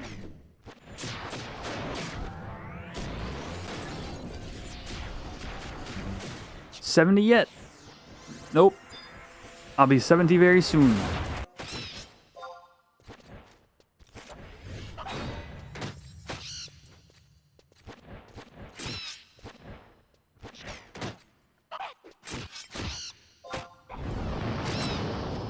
After this commercial break, I'll finish explaining some of the enmity mechanics that people may or may not be familiar with.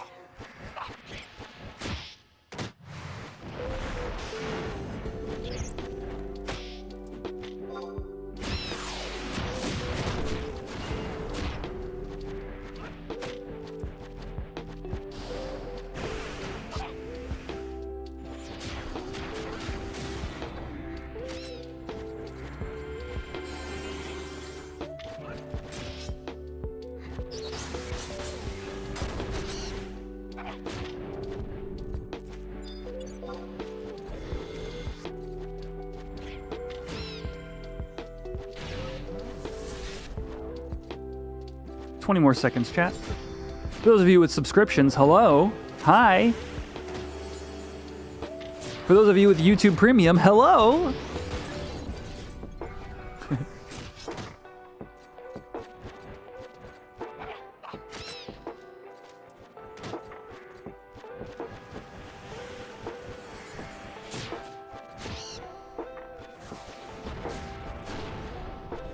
All right, so let's answer some of this.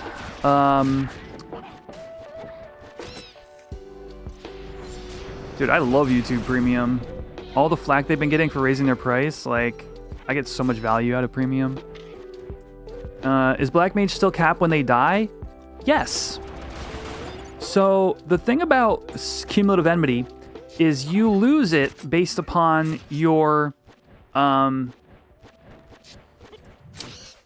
based upon the damage you've taken, not whether or not you died. So, if you get raised up and then you start, you start casting again, you're going to be very similar to where you were when you died on the hate list. So usually what'll happen is if you have extra black mages, you'll kick the ones who are super enmity capped, and you'll bring in, you know, fresh meat, essentially, is how you want to do that. The next question I see is, how does Thief merit abilities come into the discussion when they are released?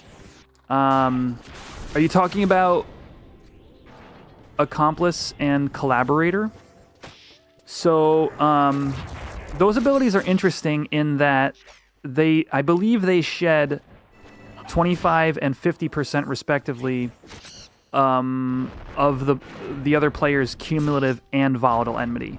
I believe it takes from both enmity sources. I know Dragoon's high jump does shed both enmity sources. Accomplice. Yes. Collaborator, Collaborator and Accomplice. It's freaking that and Conspirator, man. I'm never gonna figure out the two. Have I tried War/Thief to see how double and triple attack does on Horizon? I have not.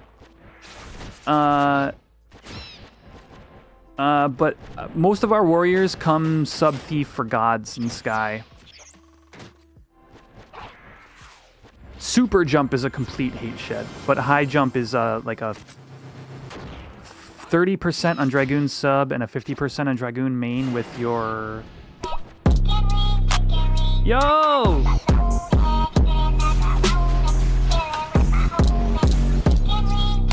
Wait, Frank followed? Hey, Frank.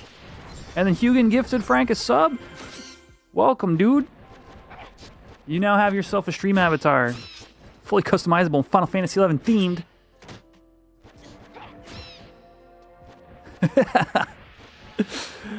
Hey there, Emily. Thank you for the follow.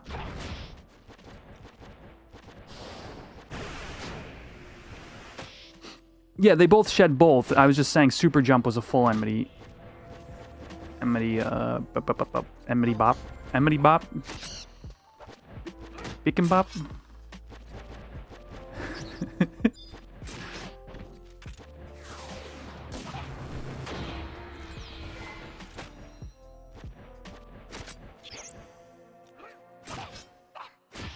Oh yeah, Hugin just leaking all over the place, dude.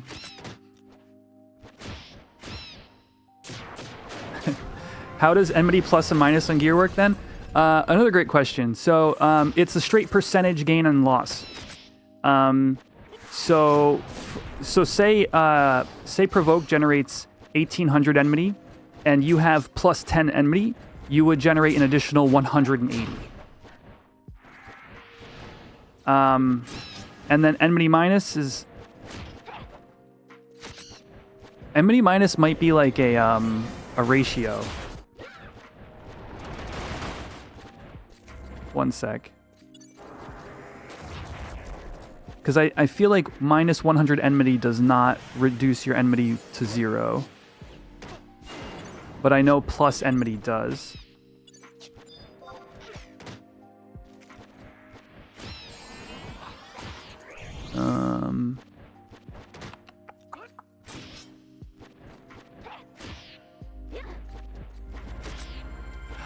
That's what it is. It is a straight percentage. However, Enmity minus caps at 50. Yeah, Cam got to it. So you could only ever generate 50% less Enmity than you would normally.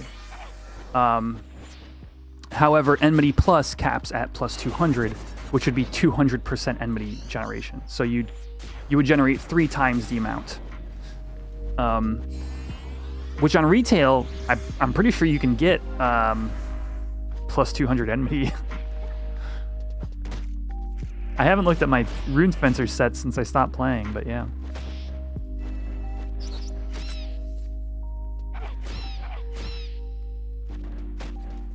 Guys, look how close. I am 4K away from Blue Sword.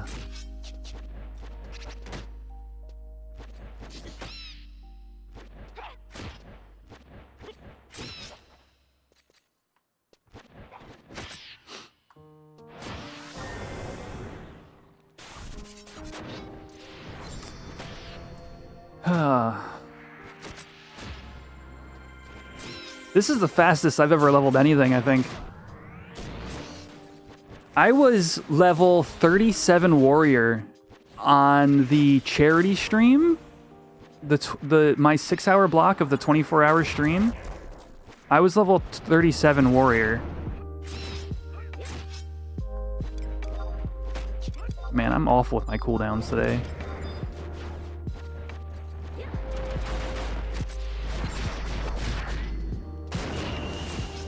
And that was what, 2 weeks ago? 3? It was October 20?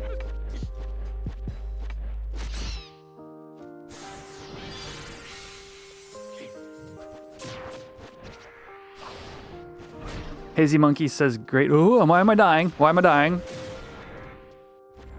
Great EXP / merits parties at 75 was so satisfying. 100%. 100%. I mean, the era sort of like gearing and mob difficulty was a pretty tight loop. Like, it was pretty well balanced. Like, I think there's a lot about the original game that was interestingly balanced. And like Horizon, their sort of ethos is to not adjust too much of the original balancing. And I think it makes sense because there's a lot of like tight gameplay loops. You're stuck at 45 on Summoner? Dude, just flag up. Summoner like gets invites.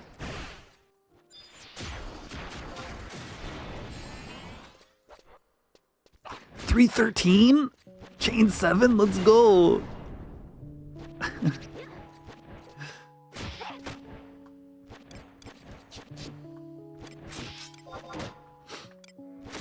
$63 sync is busted.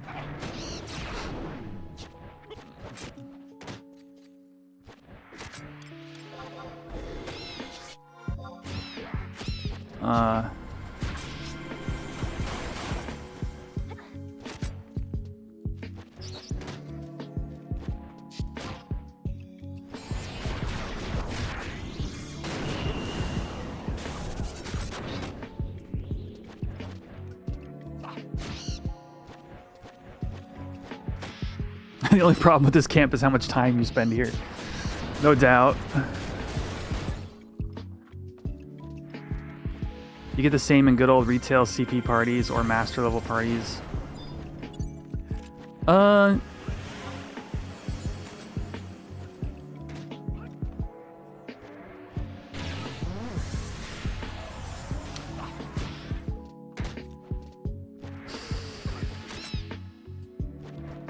So, my experience with master level partying, when I was doing it a bit more significantly, was Paladins mass pulling Crawler's Nest, and then AoEing things down with Aeolian Edge, with Scholar and Corsair.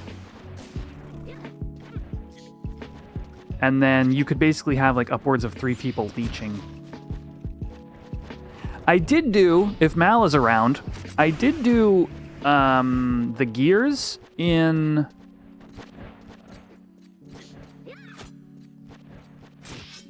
what was the name of that place? I did do the gears in that treasure zone. And those are pretty fun.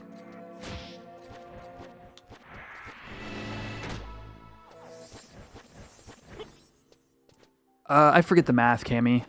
But yeah, if you just give yourself like an average MEXP rate per hour, and like you were to literally set a bot at that MEXP per hour, it would take you, I think it was less months than that, something like 3 months to cap one job.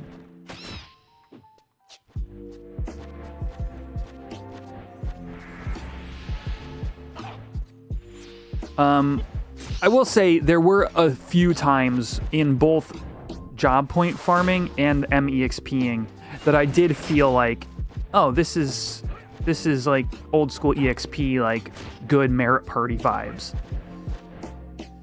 And Geo, so you wanted Scholar for Phalanx, right? Or you wanted Scholar for something, JCS. I can't remember off the top of my head what it was though. Was it Phalanx?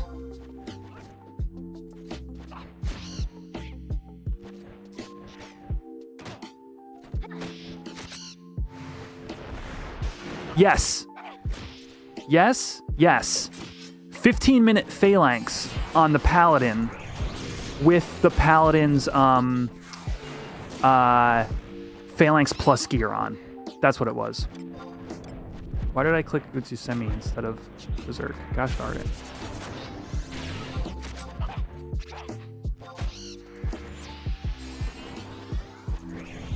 Those priorities were the only level, and it was Scholar? Yeah, there you go. Yeah, the Summoner era, like, no doubt, like, for me, like, if it were Horizon, they would, and like a Summoner burn and Korloka Tunnel happened, they would just nerf it. You know what I mean? Like, SE was so slow for so many years on certain things that I just wonder sometimes. Like, why leave that? You know?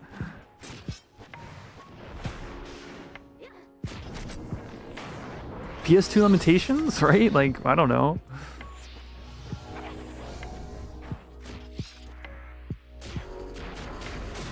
But yeah, it was the ability for Scholar to AoE a Phalanx, and the Paladin would just put on their full Phalanx gear. Horizon is slow on other things, like Treasure's release.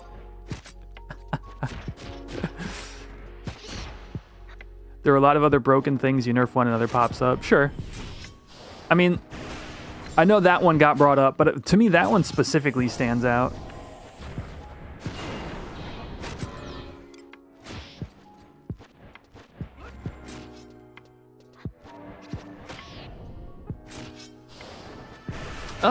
Can do Black Mage burns or same thing or War burn. I don't. Summoner burn and Korloka. Like, I hate to harp on this one, but it was kind of egregious compared to those other parties. Compared to any other burn of any kind, it literally just abused. It abused level syncing. Whoops.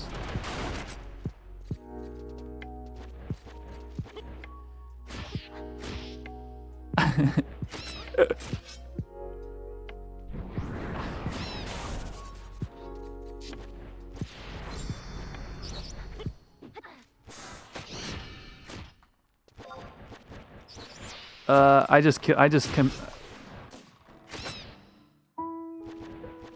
just sealed my fate, chat. Oh, I got shadows up? Yo! Was that a paralyzed prog?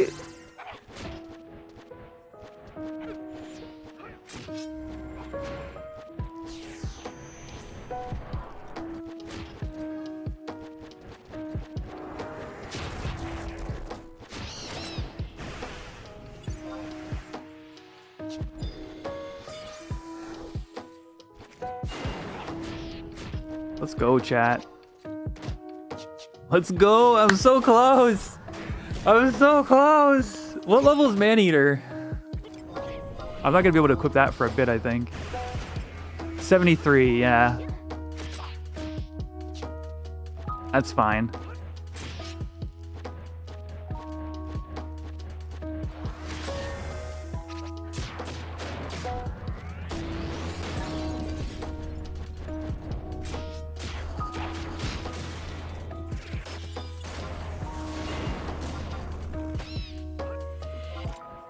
Yeah, I made sure to get that while there was some on the auction house. I sold some various gear and whatnot in order to get some extra gil.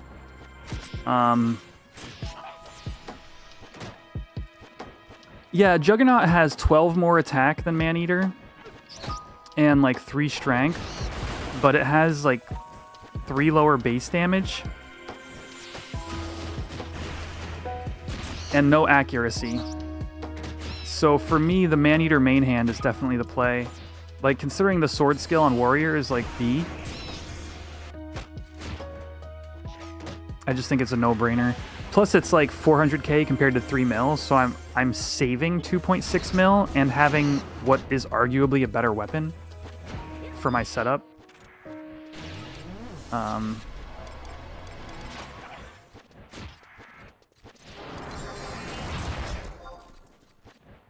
Chat, if it's not already confusing whether I'm talking to YouTube or Twitch, now I'm also talking to somebody who's sending me a tell.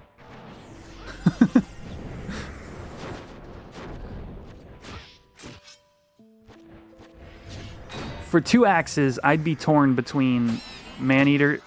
So for any other setup, I'd be torn between Maneater / Juggernaut and Maneater / Joyeuse, honestly. Or even... Does it feel better to have a Paladin tank over a Ninja? I will say, Ninja here needs to be a DPS. I don't think you can...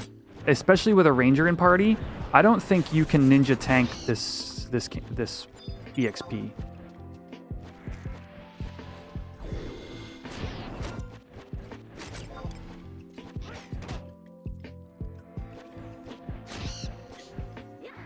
Potentially always a DPS, yeah. So, I mean, you know, with Yonin on, you know, maybe more focusing on nukes than physical DPS, but I can't... All I can say is specifically in this camp, like, you're not going to hold hate long enough for it to matter. Like, you probably don't want to use Yonin here, is what I'm, I guess, also implying. Got to be at least competitive or beating with Thieves. Yeah, I'll say on my run up to 75 on Thief, when the Ninja was ahead of me on Parse, we were having a better party. And I was even there for TA.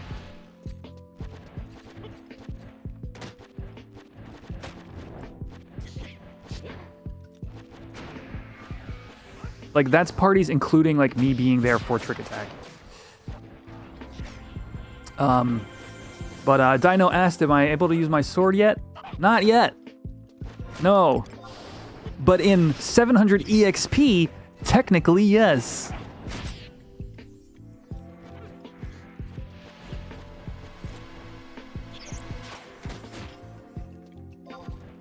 And, mind you, I will have Stealth Earring? What? Let's go.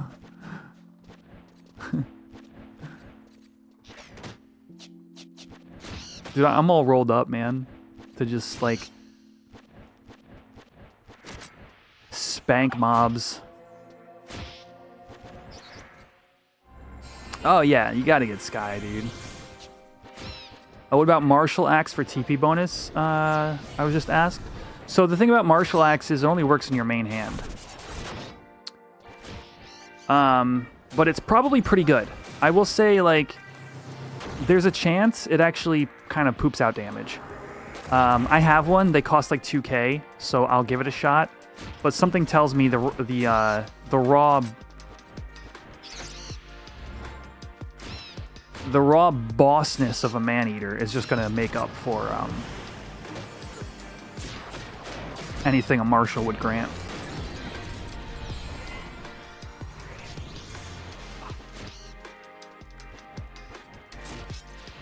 Maneater work offhand? Yes, it does.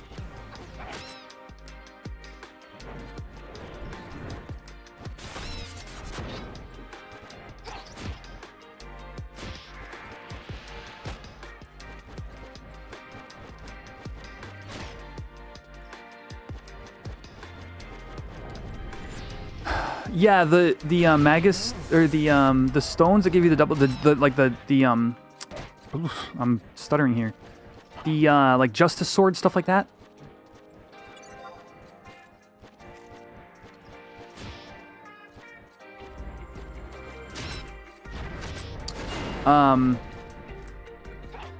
People use Virtue Stones. You're talking about Virtue Stones, right? That's what it is. I've heard Dragoons say the polearm is very good. Beasts say the one-handed axe is very good. Red mages say the sword is very good.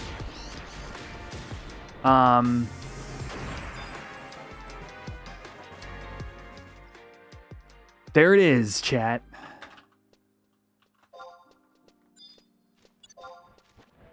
The legendary A level 70.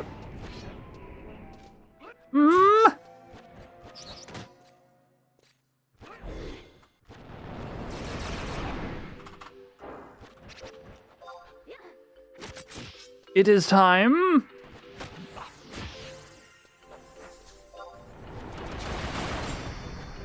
And the party's about to end.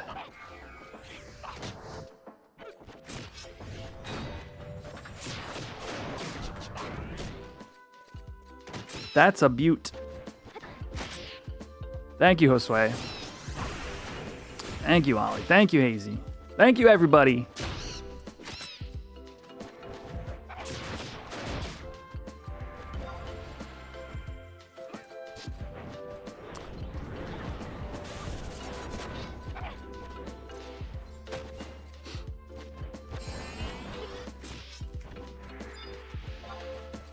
I'm gearing wise, I'm pretty close to where I want to be. I have to poke my leathercraft friend again. I need to try making a panther mask +1. I need to have my behemoth leather crafted into friggin' dust gloves. And then I gotta figure out what I want to do about my feet. If I want to do Dusk Feet, or Armada Solarets, or Unicorn Feet, Unicorn Leggings.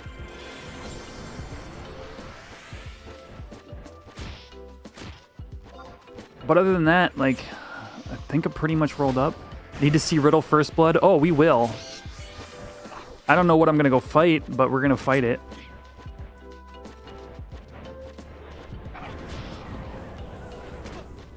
Yeah, I mean, I'm definitely Panther Mask. Yeah, Panther Mask +1.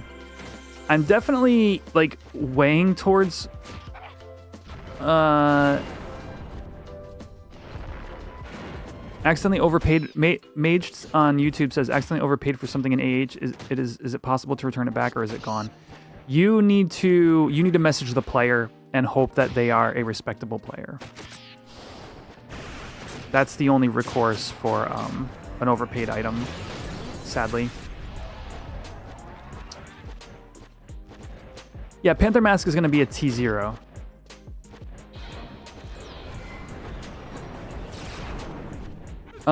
They are rare in the sense that they cost about 1.4 million.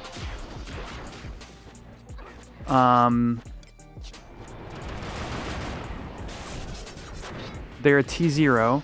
So I did the math, and roughly 1.2 million would get me 48 attempts at a 1 in 55 chance. So it's pretty much mathed out to you're gonna pay for 55 attempts, or buy the mask. You're still skilling up on them, Oda?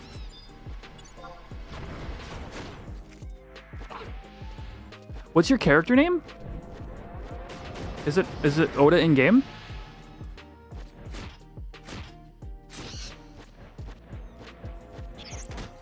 I mean, if you're lucky, you get it early. Yeah, Dino.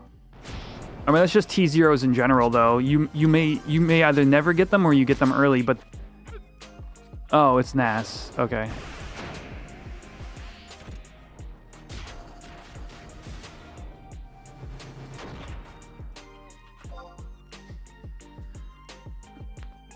Let's go, chat.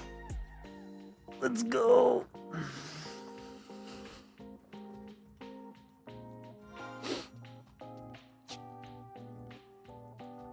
Oh, you went 1 out of 8 on Gugs. Yeah, no. You exhausted all your luck.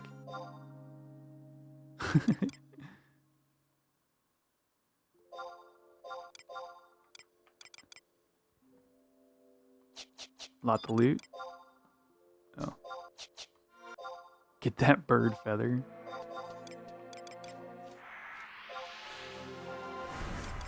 Oh, that was weird.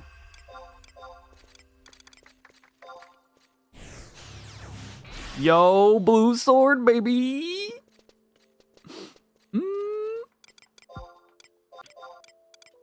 Stealth earring. Let's go. I'm gonna rampage the friggin' crap out of something.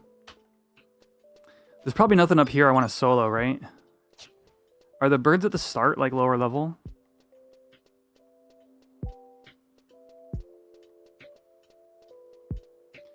We know someone who was 0 out of 2,300 on one of them. On one of the fish, Hugin?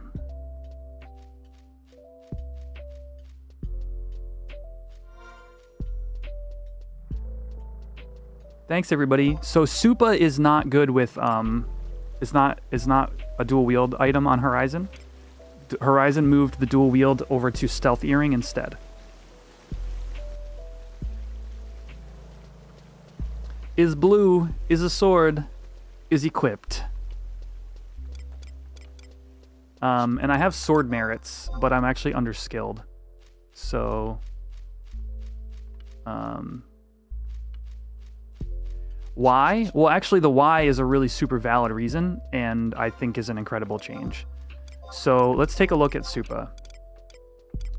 Supa, instead of having dual wield, and I think sword skill and dex, something like that, they made Supa have dex, dagger skill, katana skill, evasion skill. So it's a ninja / thief earring. It's an amazing weapon skill earring for thief. But it is not the earring you feel like you have to pick, otherwise you lose out on dual wield for your dual wield jobs, which is what it was in Era. You basically only ever chose the Supa if you had any plans to play a dual wield job at all.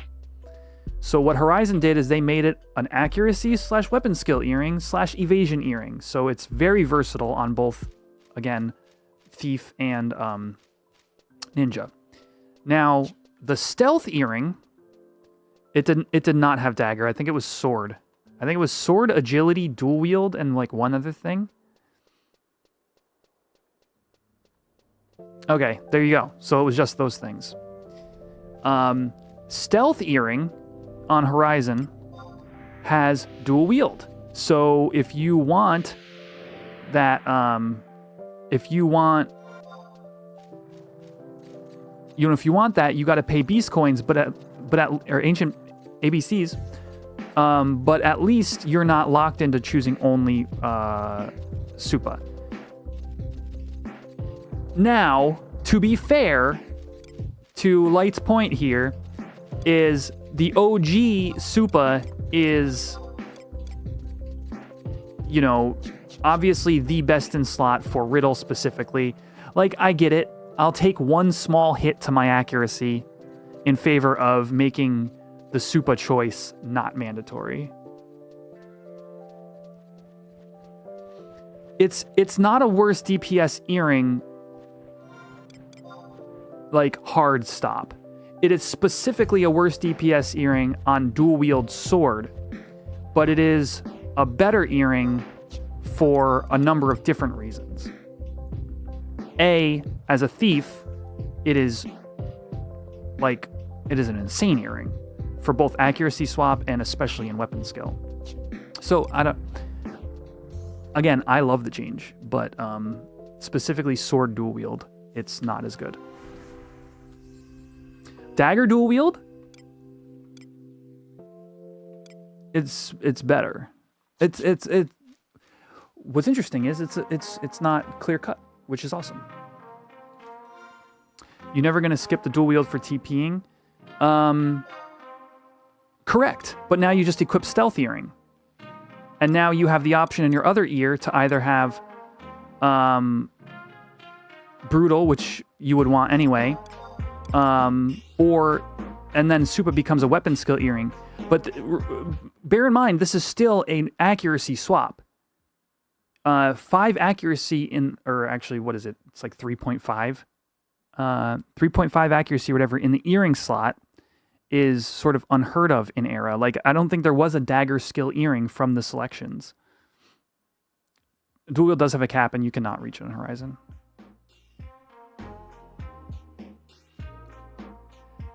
Yes, exactly. It just gives you more options if you want dual wield for jobs that aren't sword specific.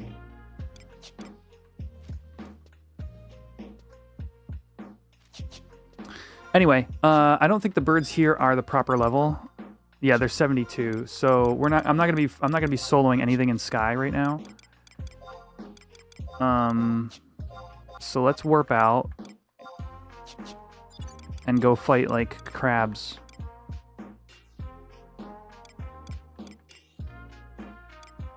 Do I have bolts? I do.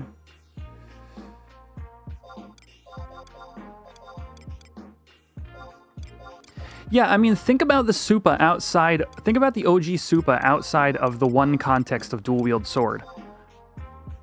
Literally all it says is dual wield 5% if you're dual wielding a Kraken Club. Like in terms of like the old school. So like, why make your Divine Might choice a must-have choice and make it useless on certain dual wield jobs, such as Thief? So the Dancer really doesn't have any good swords, but yeah, Blue and Riddle Warrior, and in some respects, dual wield Red Mage are the 3 worst hits. But those jobs were not necessarily hurting for that 5 skill.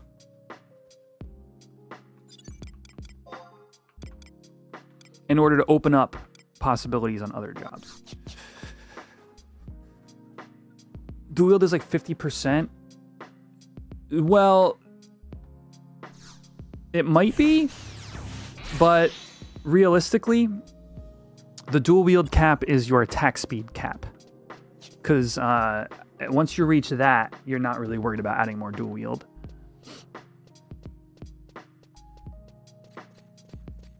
I don't need to go to the Mog House. We can just TP out to...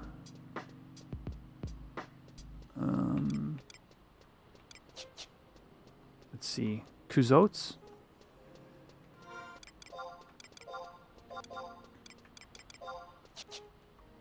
I mean, you know, I will say this.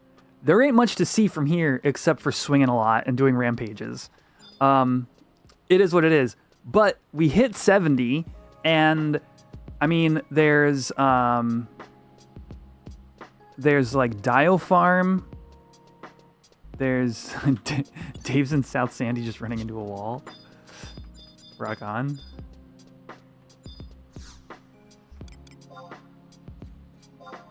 All right, this is what we're gonna do.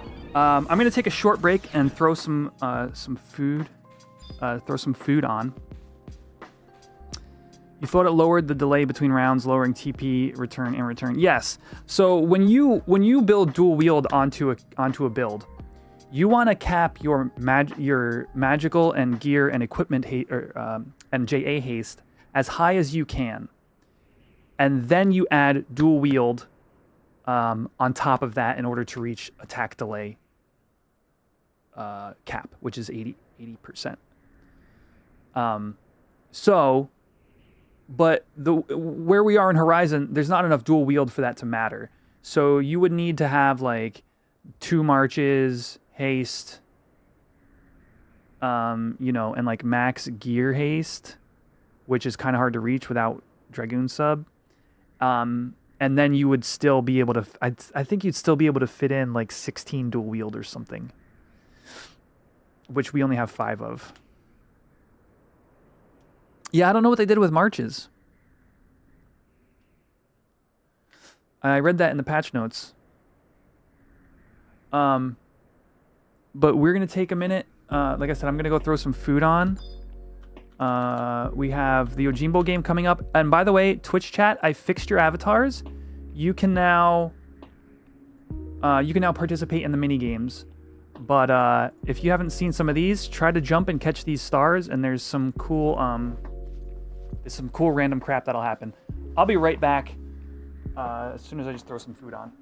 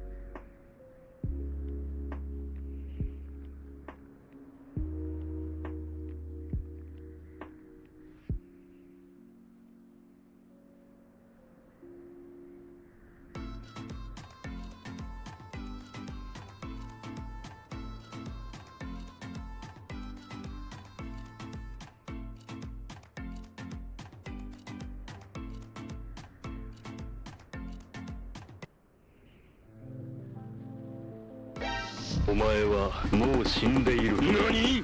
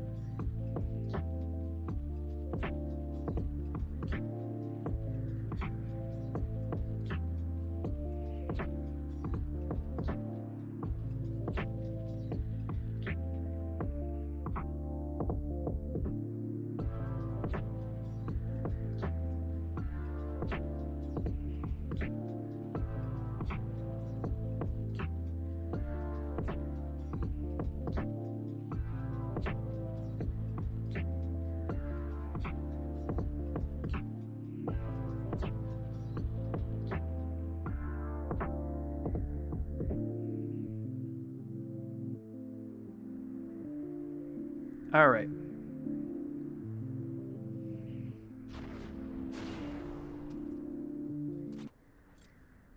What was that? That was weird. It's so dark and such a mood right now. Look at this. Look at this tent at night. What a mood.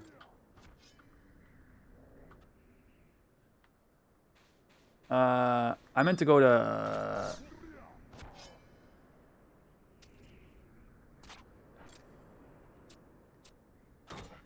This is not the place I meant to go to.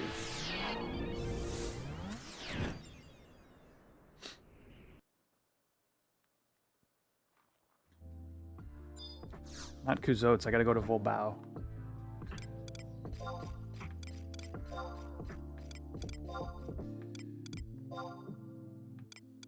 I'm really quiet? Can you hear me? Oh, Vivi's hand was blocking the microphone.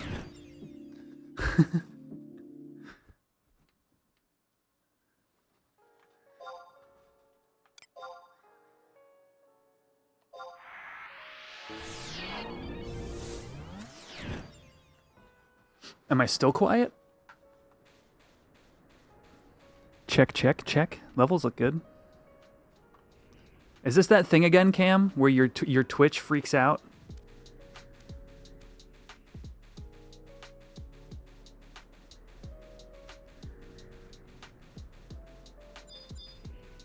Now I'm good? Okay. Alright, we got a decent challenge.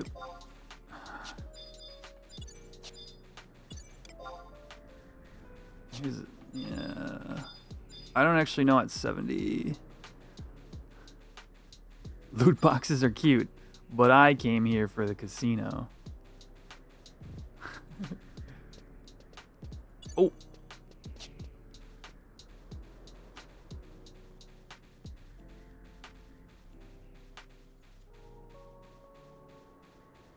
Here, L. I actually stopped. I streamed on Kick for one day, and I'm like, maybe I don't want to be here. But this is what I can do for you.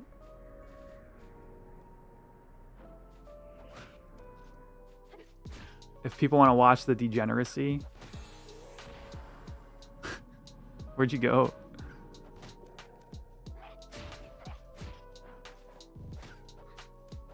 There you go.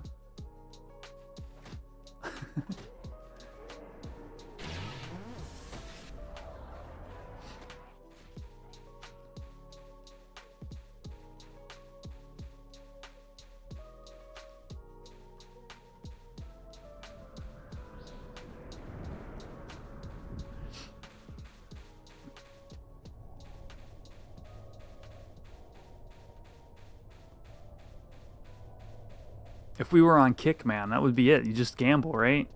This be a gambling stream, Avatar's gambling stream? Alright. Now I'm here. The Kick corner, yeah. The whole stream is just to zoom in on that one corner.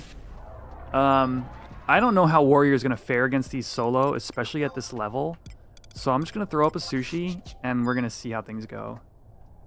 But I am going to be attacking 2 to 3 times. I can tell you that much.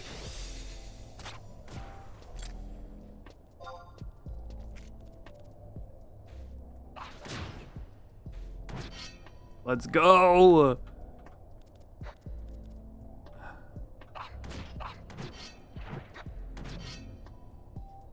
Where's my sword skills at?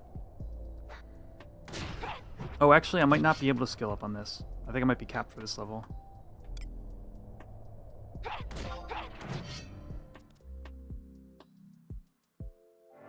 TP so faced. Am I missing anything else? Oh, I could do boxers at this level. That's funny.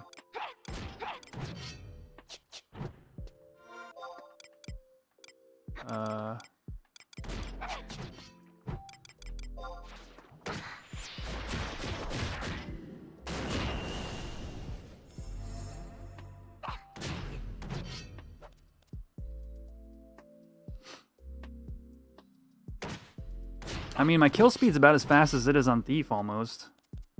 I guess?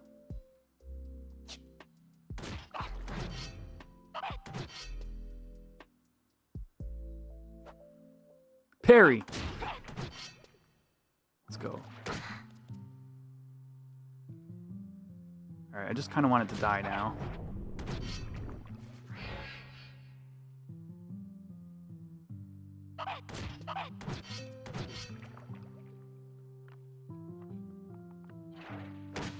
Jackpot, yo.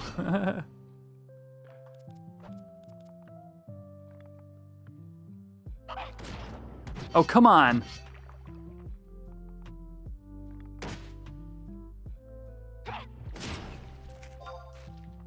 All right. Beastman seal.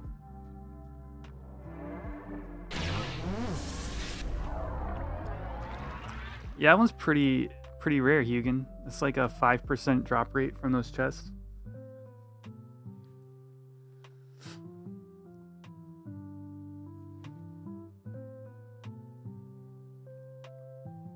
Time to log out and log back in. I think I'll just zone. I think this is gonna be a K-Seal farm, Renavi. Oh, let me go grab my food actually while I'm healing up, while I'm resting up. And I'm actually, tell you what, chat, I know I got a bunch of new people here, so I just want to let you know how this next mini game is going to go, okay? Yojimbo is going to pop up. He's going to tell you what to do, which is basically type left or right into chat. When the gong strikes, you want to type left or right. Yojimbo will eliminate one of you, either the left or the right crew, and the other side will get free points, okay? I'm going to speed this up. So if you have an avatar, if you are a channel member on YouTube, or if you are a Twitch subscriber, you will be able to participate in this minigame. I did fix it. So I'm going to speed it up, and then I'm going to go get my food. As soon as I click the right thing. All right. Wait. I might have screwed it up. Uh-oh. 7, 5... 3, 2, 1. Here you go. Be right back.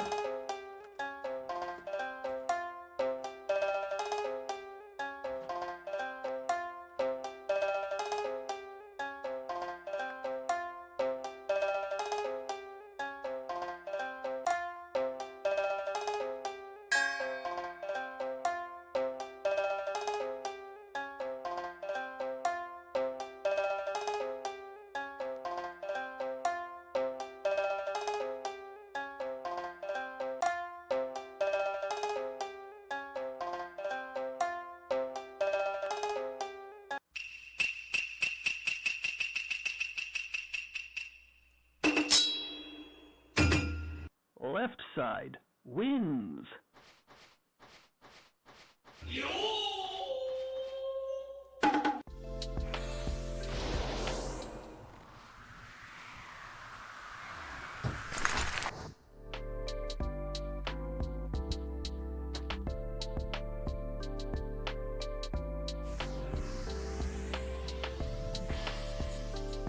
Wait, what did it do? What part of it looked buggy? I should have watched. They added guilty before it even went off. I think this... It didn't work for Twitch again? That sucks.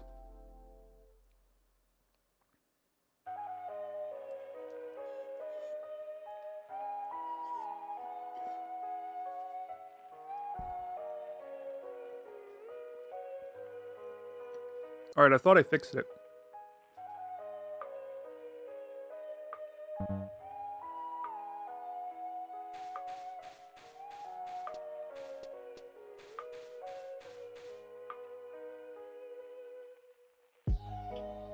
Well,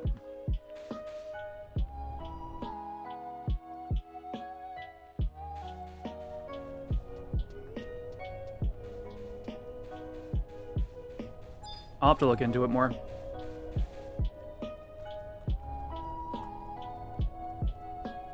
I want these to scale when I change scenes too.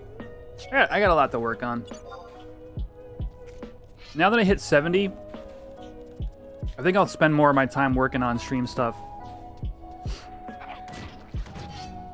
rather than streaming this prog, cause like a lot of stuff. It's been fun though, multi-streaming, y'all. You know, working out some kinks still, but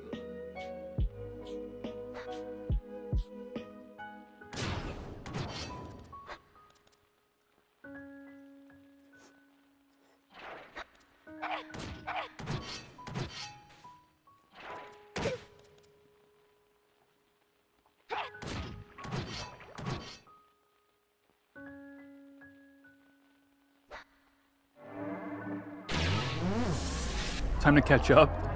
What do you mean on your next job, Dave?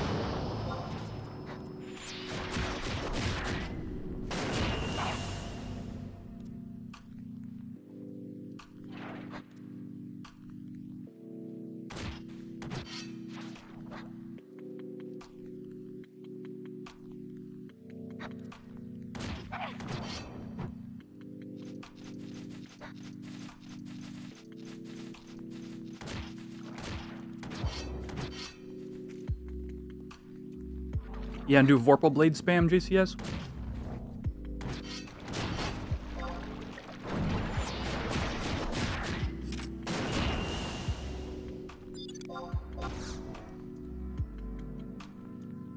Whoops.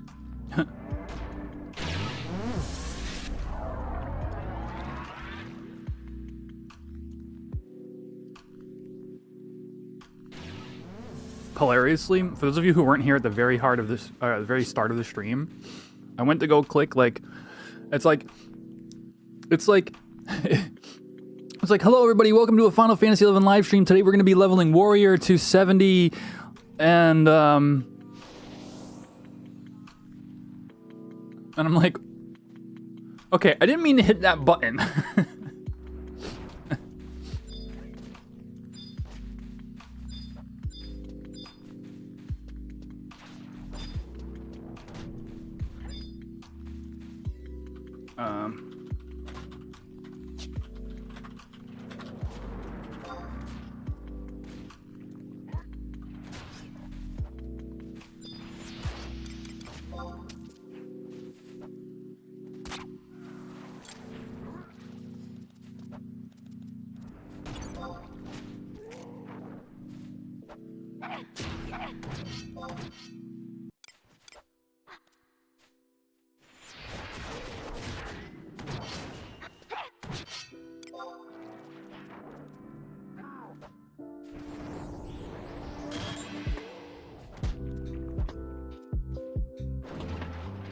All right.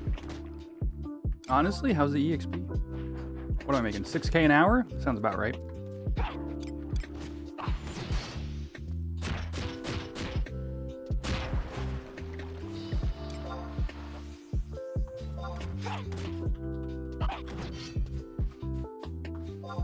So, the white damage here is really good. I mean, granted, these are EPs, but you can see, like, yeah, that attack round, for example, was 180 with no crits. 133, and I'm a little light on attack because I'm obviously not going to be capped without meat. I have sushi on right now. I don't know why. I thought I needed it.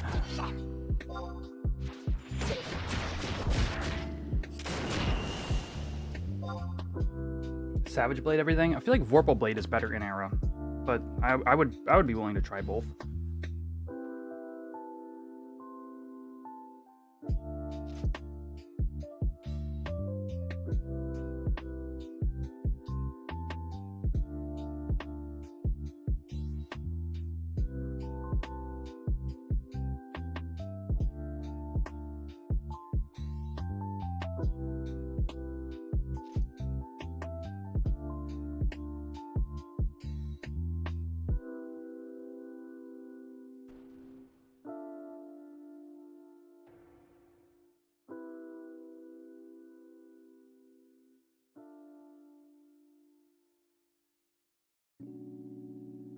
Oh yeah, right?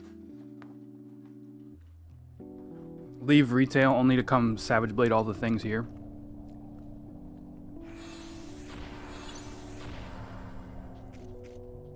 I didn't mean to get up.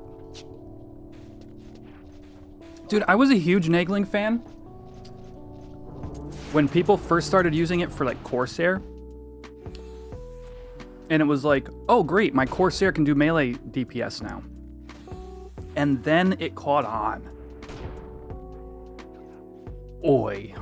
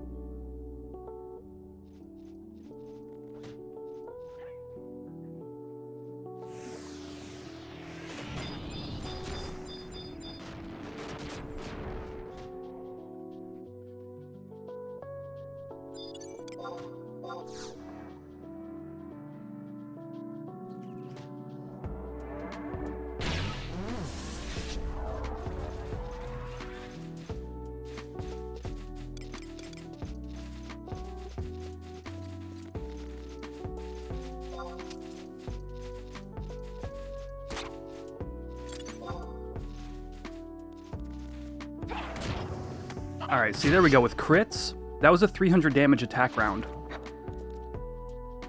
See, Riddle's true strength lies in its white damage. It's got good white damage and good TP gain. So, you know, when my weapon skills are 8 to 900 right now, obviously those will improve, but my attack rounds are 2 to 300, you know, all that damage just adds up.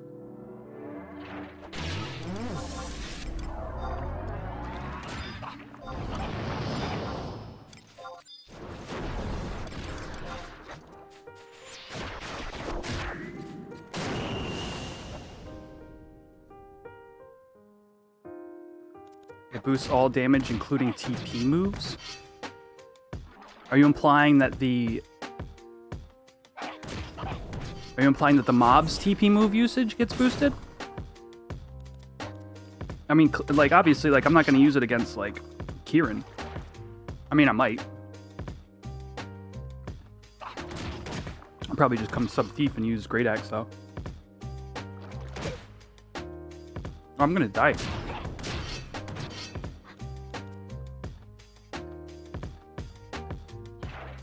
My rampages will do more with a multi-hit weapon than a weapon without. Does the OAT in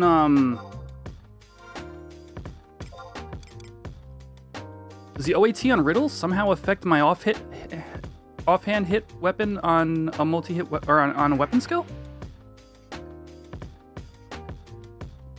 Just check my TP return. Yeah, I didn't think it did. I know Mythic Aftermath can proc in a weapon skill.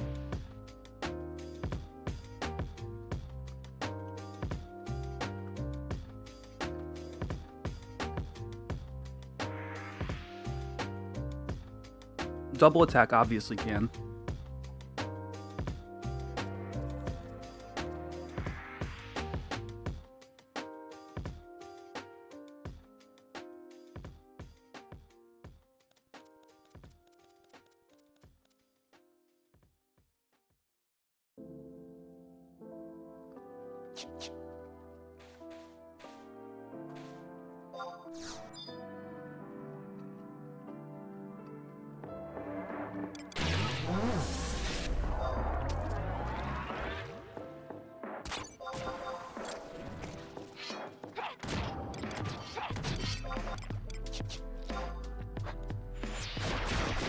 I mean, I'd like confirmation on that.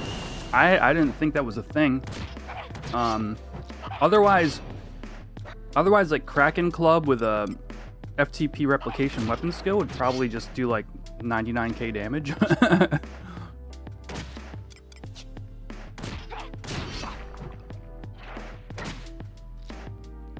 Although I don't think your offhand hit ever replicates TP. I'm not actually sure on that.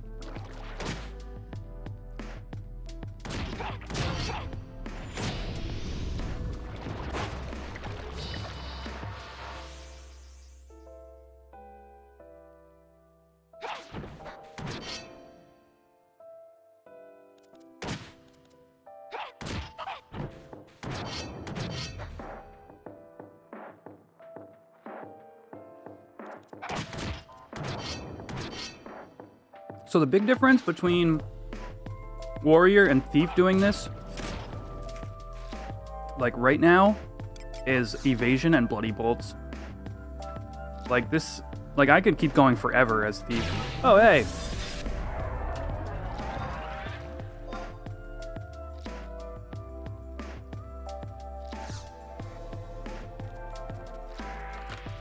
Well, looks like I got a buddy.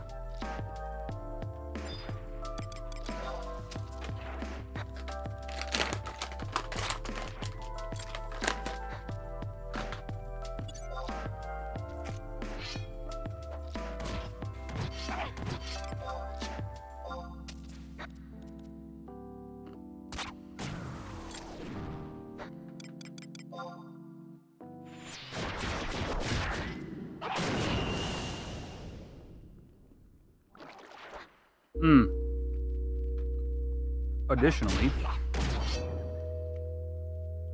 I don't have half my good gear. I'm only level 70. So.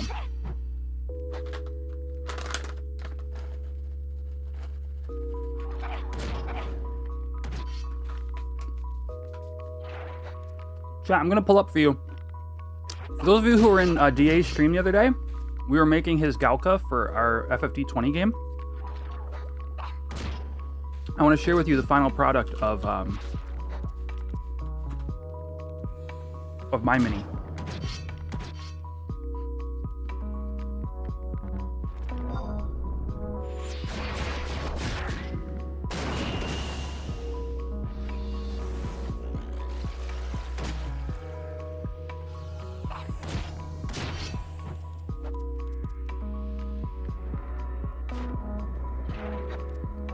Show off all of our minis.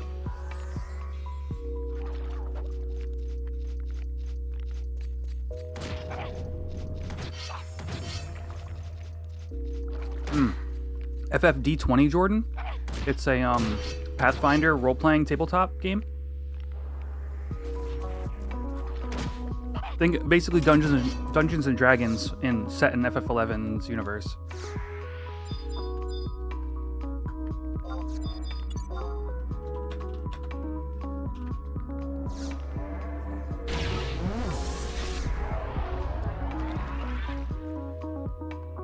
Alright. I missed a follow earlier. Thank you, TD Beach.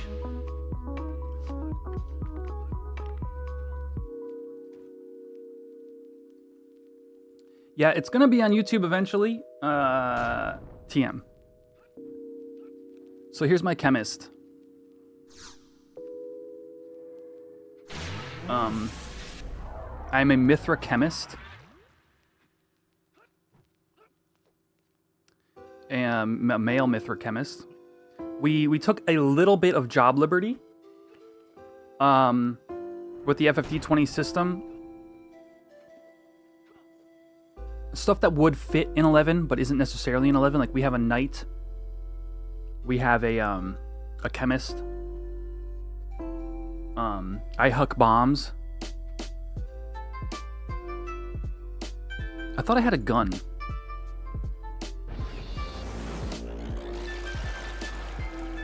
I need to finalize this before we play tonight. Gear.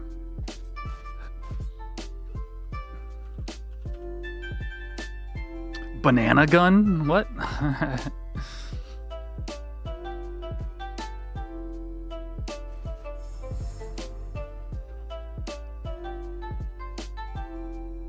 Wait, that should be colored. No. No. He's got a Matt's cap. You're not wrong. It's supposed to be based on Chemist from FF Tactics.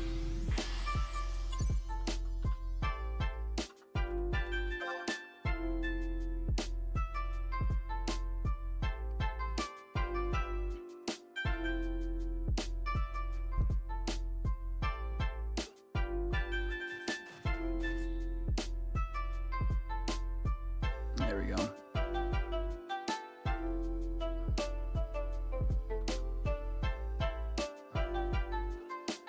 Jeez.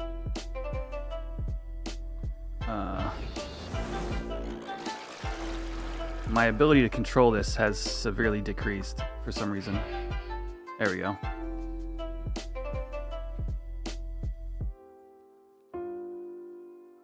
But do I plan to stream it? So we actually do. So I'll tell you guys what's up. Oh, you hit an ad? Oh yeah, Twitch just had an ad. Okay. So I'll explain what's going on. We have a Pathfinder game we've been doing in my Discord. And that is basically like think Dungeons and Dragons, but set in the Final Fantasy XI universe through a system called Final Fantasy D20. It's like a custom Pathfinder setup.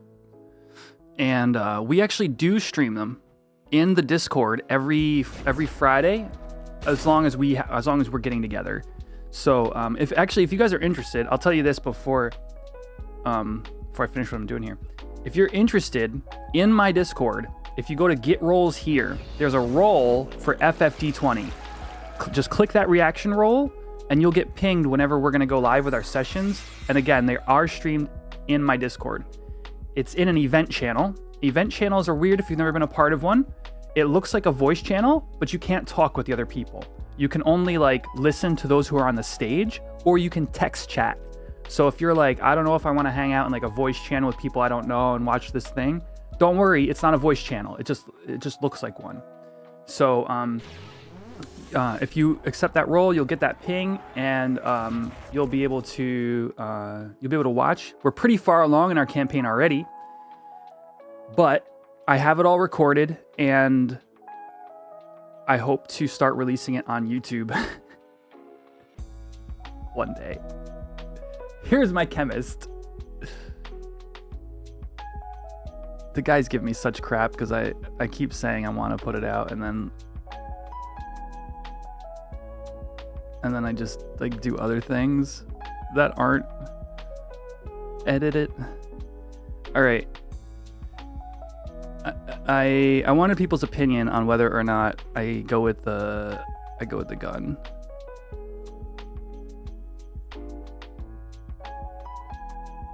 So I shoot guns and toss bombs.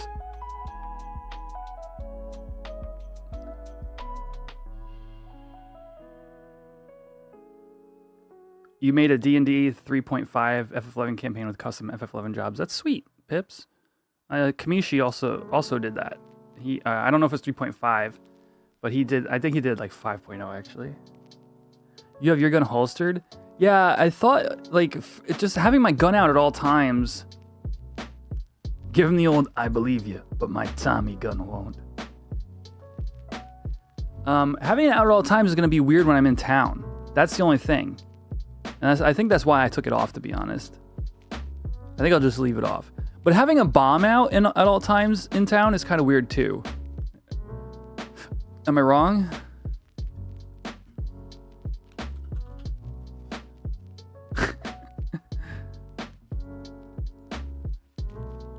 So this is like... It's just visual representation. You do what you want.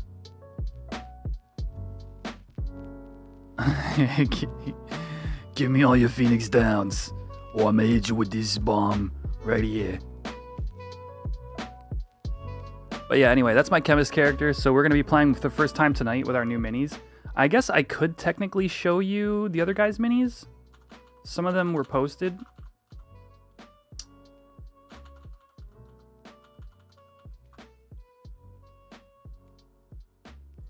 Let me see.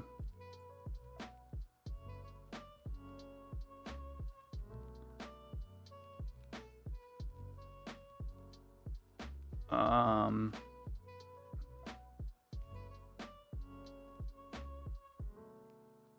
I just realized I don't know what's going to pop up on this screen. I don't want to... okay, so Dave is playing a puppet master, and here's his puppet.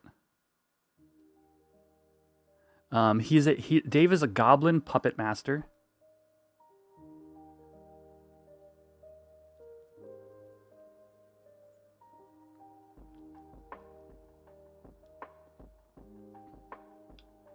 Let's see. And then Kamishi. Oh.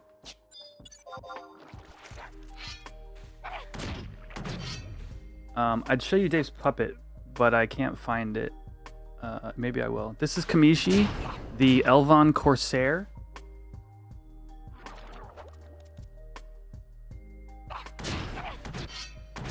I think Cam's came out great.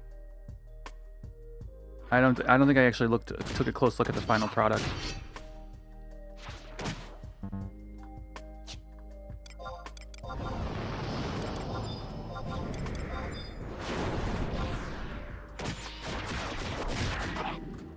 And lastly, let me see if I have Dave.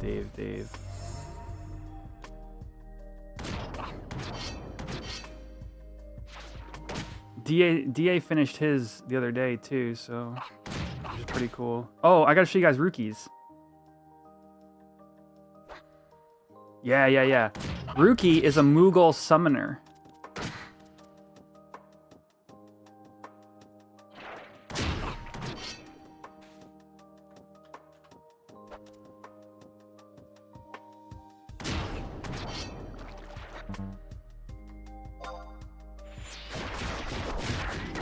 Like Sloth from the Goonies. That's hilarious. So yeah, here's Carbuncle. And here's the Moogle summoner Ricky.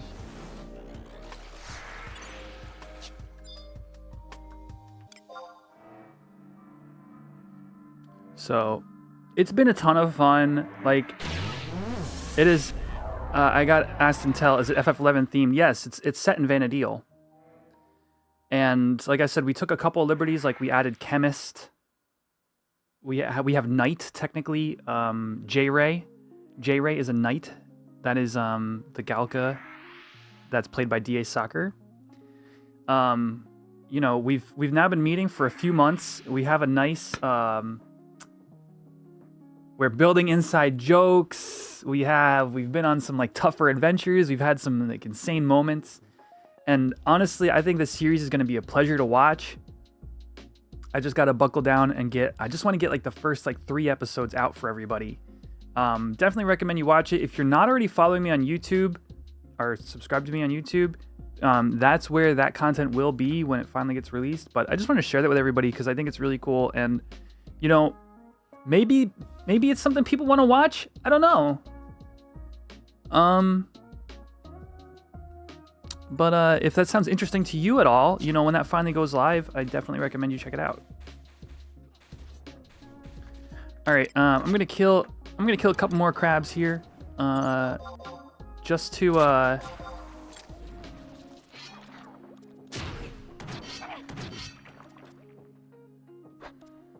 Is it like a board game? It's a tabletop RPG, like Dungeons and Dragons. Like so it's yeah, Hugin's hopped in a little bit here and there. Typical D&D adventure, yeah. You have no clue what I'm talking about. Awesome. Honestly, neither did I. All right. Okay, you've never played a tabletop RPG. It's very simple. Think about it like a board game mechanically, but not a board game rules-wise. There are rules. The rules govern the mechanics. But what you do with that is completely open. So like the dungeon master might say like, okay, so you're walking into Selbina and here's what you see. Here's what you see. And maybe they've given some information about other things that might be in Selbina. You know, what do you do when you get here? And then, you know, I as the chemist might say, listen, I really need to restock on potions, and I think along the way, I'll ask the villagers, I'll ask the people who live here first if they've seen like XYZ notorious monster. And you know, then the DM at that point, am I gonna die? Then the DM at that point will, you know, they'll pretend to be an NPC, or they'll tell me what's for sale, or what have you. So it's all open-ended. Imagine me acting out all the NPCs and yo, if you're relatively new to my channel and you haven't seen my my COP playthroughs on YouTube, I voice act all the characters, but I'm not the DM, mind you. Druin's been doing an amazing job. I've been learning a lot, just being a part of it. It's something I could definitely try, but Druin's absolutely the man when it comes to like running this thing. And big shout out to Hitch, who's helping me like whack stuff with my sword while I'm out here. And I don't have to heal for a friggin' half hour through everything.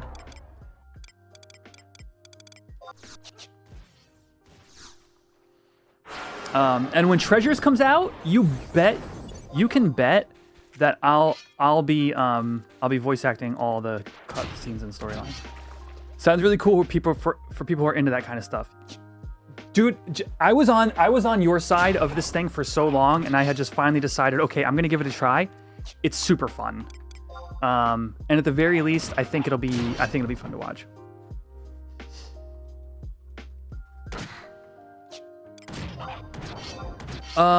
Okay, so Hitch, I can actually help you. With that. So, they had said like, hey, I feel like this may be a power level which is against the rules. So, and actually Hugin's here. I don't know, Hugin, if you can just maybe corroborate this, but you're allowed to heal somebody while they're fighting. You're just not allowed to be tanking for them by pulling hate. To kind of like allow that player to kill a mob they wouldn't otherwise be able to kill on their own.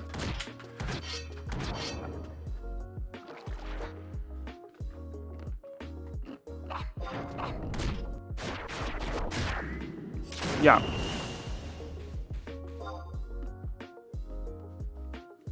Like there's nothing, you're allowed to power level.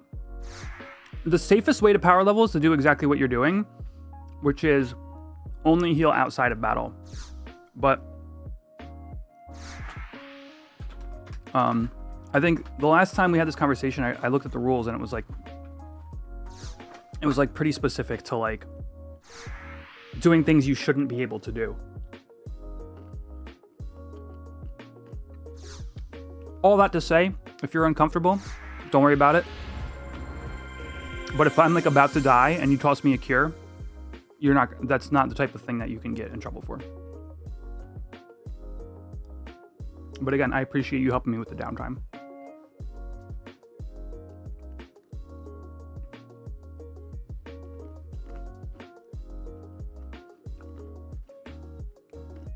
Here, let me look at the website real quick.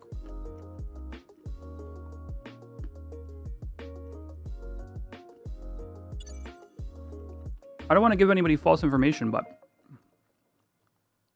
I'm pretty sure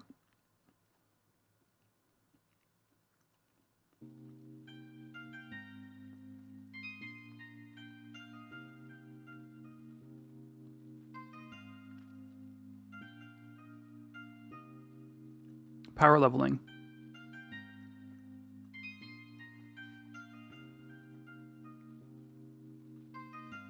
Horizon utilizes a PL nerf system which reduces experience points gained when players outside a party generate enmity on a monster. The purpose of this system is to curb the power leveling meta and encourage traditional EXP parties. Purposely healing each other. Now, this doesn't apply here. Purposely healing other players to reduce their EXP may be considered griefing depending upon the circumstances. Because you reduce the EXP gained if you pull 8.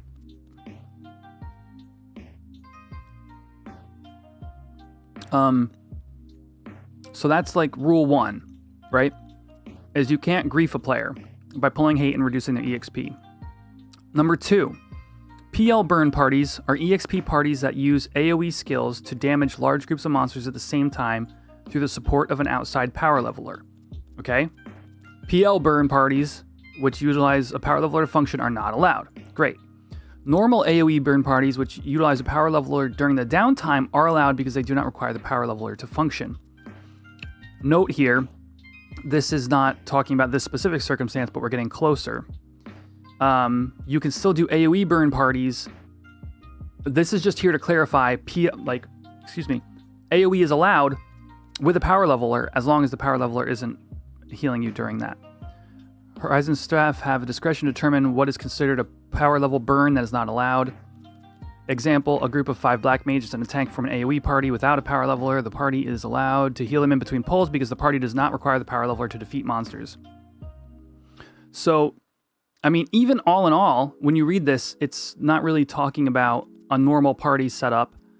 I think that if I were, a judge, in this circumstance, I would look at what's written here and I would say, ultimately, it comes down to if you could not do what you're doing without a power leveler, it's not allowed.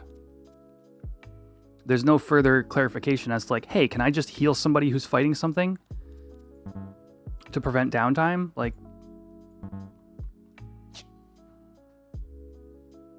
whoops, I hit the revel button. Chat. Did you know I have a revel button? I keep hitting the wrong buttons today.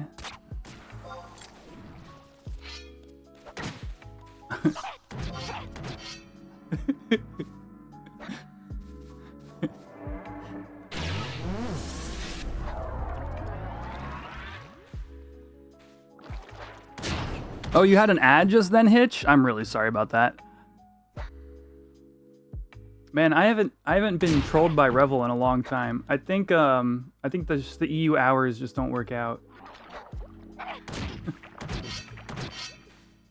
Wait, what did I do?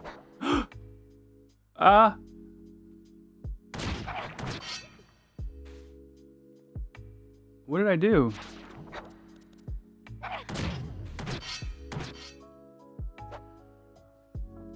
What is going on with my friggin' settings?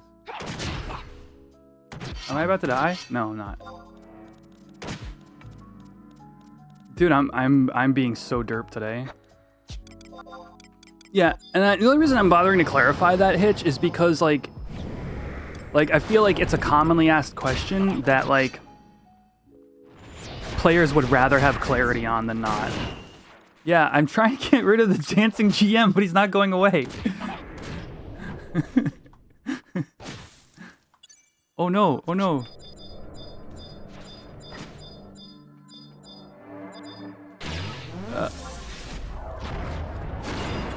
Oof.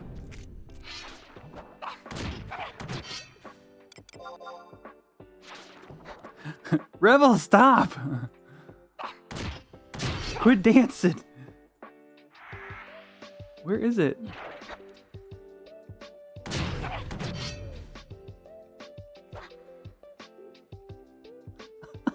Come on!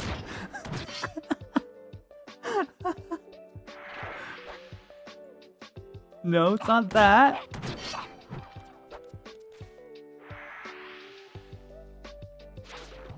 This is our life now. He's got some music. There you go.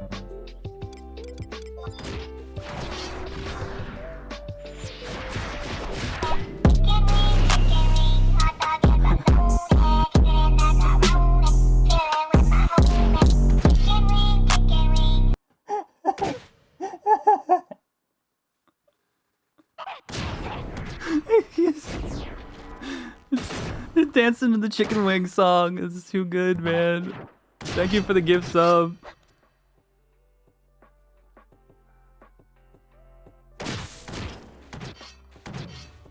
Why would it go away? Oh, there. Oh, okay. I see now.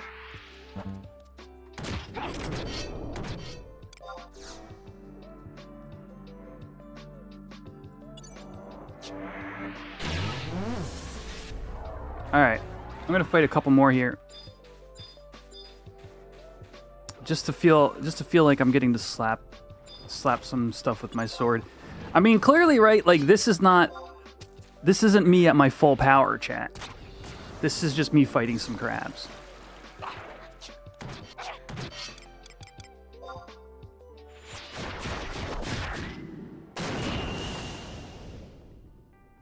I do like the Mithra animations for sword, which is nice because I don't like them for polearm.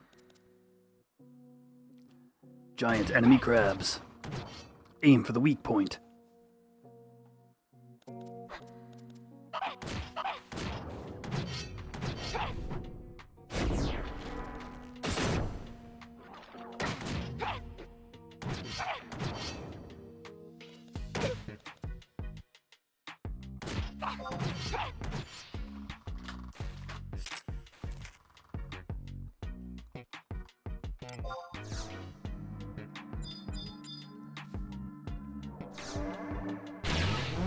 What did I get so far? 1K seal, 1 Beastman seal, 2 Beastman seals? I'm almost to 2 KS99 orbs.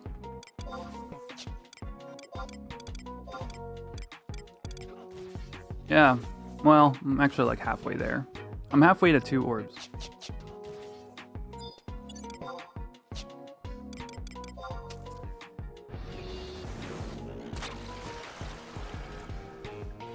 Yeah, I'm sure I'd enjoy like D&D. I will say the reason we went with Pathfinder is because FinalFantasyD20.com already has it all built out. Like we didn't need to change terribly much to kind of get ourselves rolling.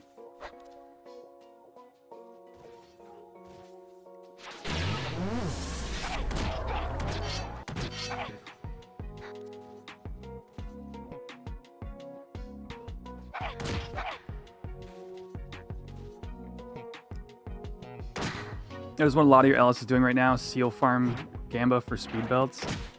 For me it was for trotters, but then we had found out that speed belt was in all of them, and I was like, oh boy.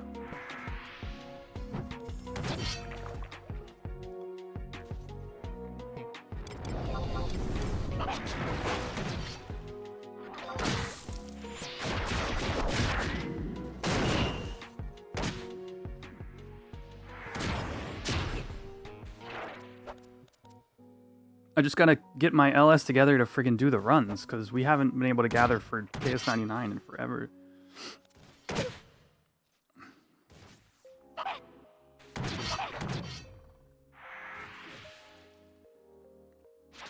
Yeah, this is gonna be a strong combo. I can just already tell. Like, I'm sitting here in my level 70 gear and just like. Yeah, it's like first form Frieza. You're like, you don't know what else this guy is capable of.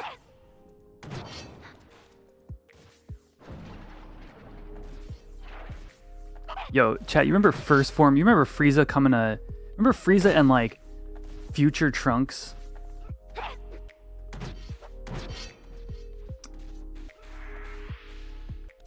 Like, that whole, like... DBZ arc. Get this man a bard.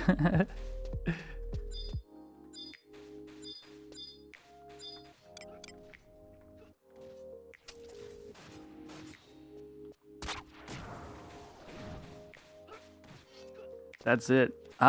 I'll be happier to be meriting, I think, as a warrior, unless the thief changes that come, like significantly alter our role in a merit party. Freeze's 8-head form. I think I screwed up my shadows. Oh. Berserk. War cry. Aggressor. Mighty strikes. Rampage! 700 damage.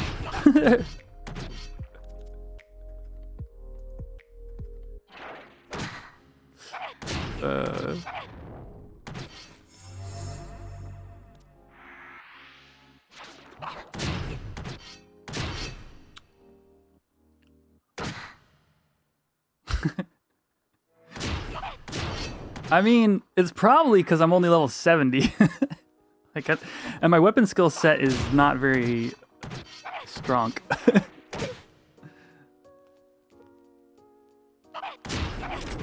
Alright. Thank you to Hitch. I'm gonna call it here. We gotta go. I've got like an hour until our D20 session meets, and I want to get my my mini exported and stuff like that. I want to just do some prep and take a break.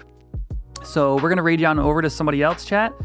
But remember, this is just the beginning. So thank you all for turning out for the stream today. I'll probably level a little bit on and off stream, try to hit that 75, and then we'll just like pack on all the sweet gear and go do like Dynamis or something like that, and just see the sword really perform. But other than that, it's been a pleasure. I'm gonna fight this while I'm looking for somebody to raid to.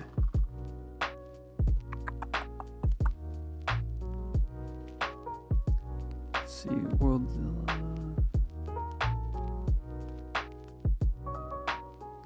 Oh, I'm not fighting.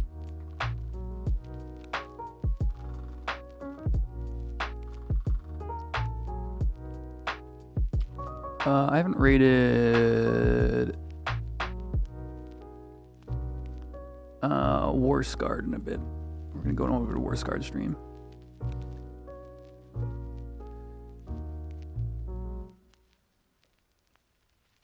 Yeah, later all. If I don't see you over the weekend, have a great weekend. Feel free to keep in touch on the Discord outside of stream hours, as well as that is where FFT20 will be. That's where all sorts of various, you got questions about either retail or either Horizon or retail or what have you, or just want to like talk about stuff we talked about on stream. Definitely check out the Discord, link below.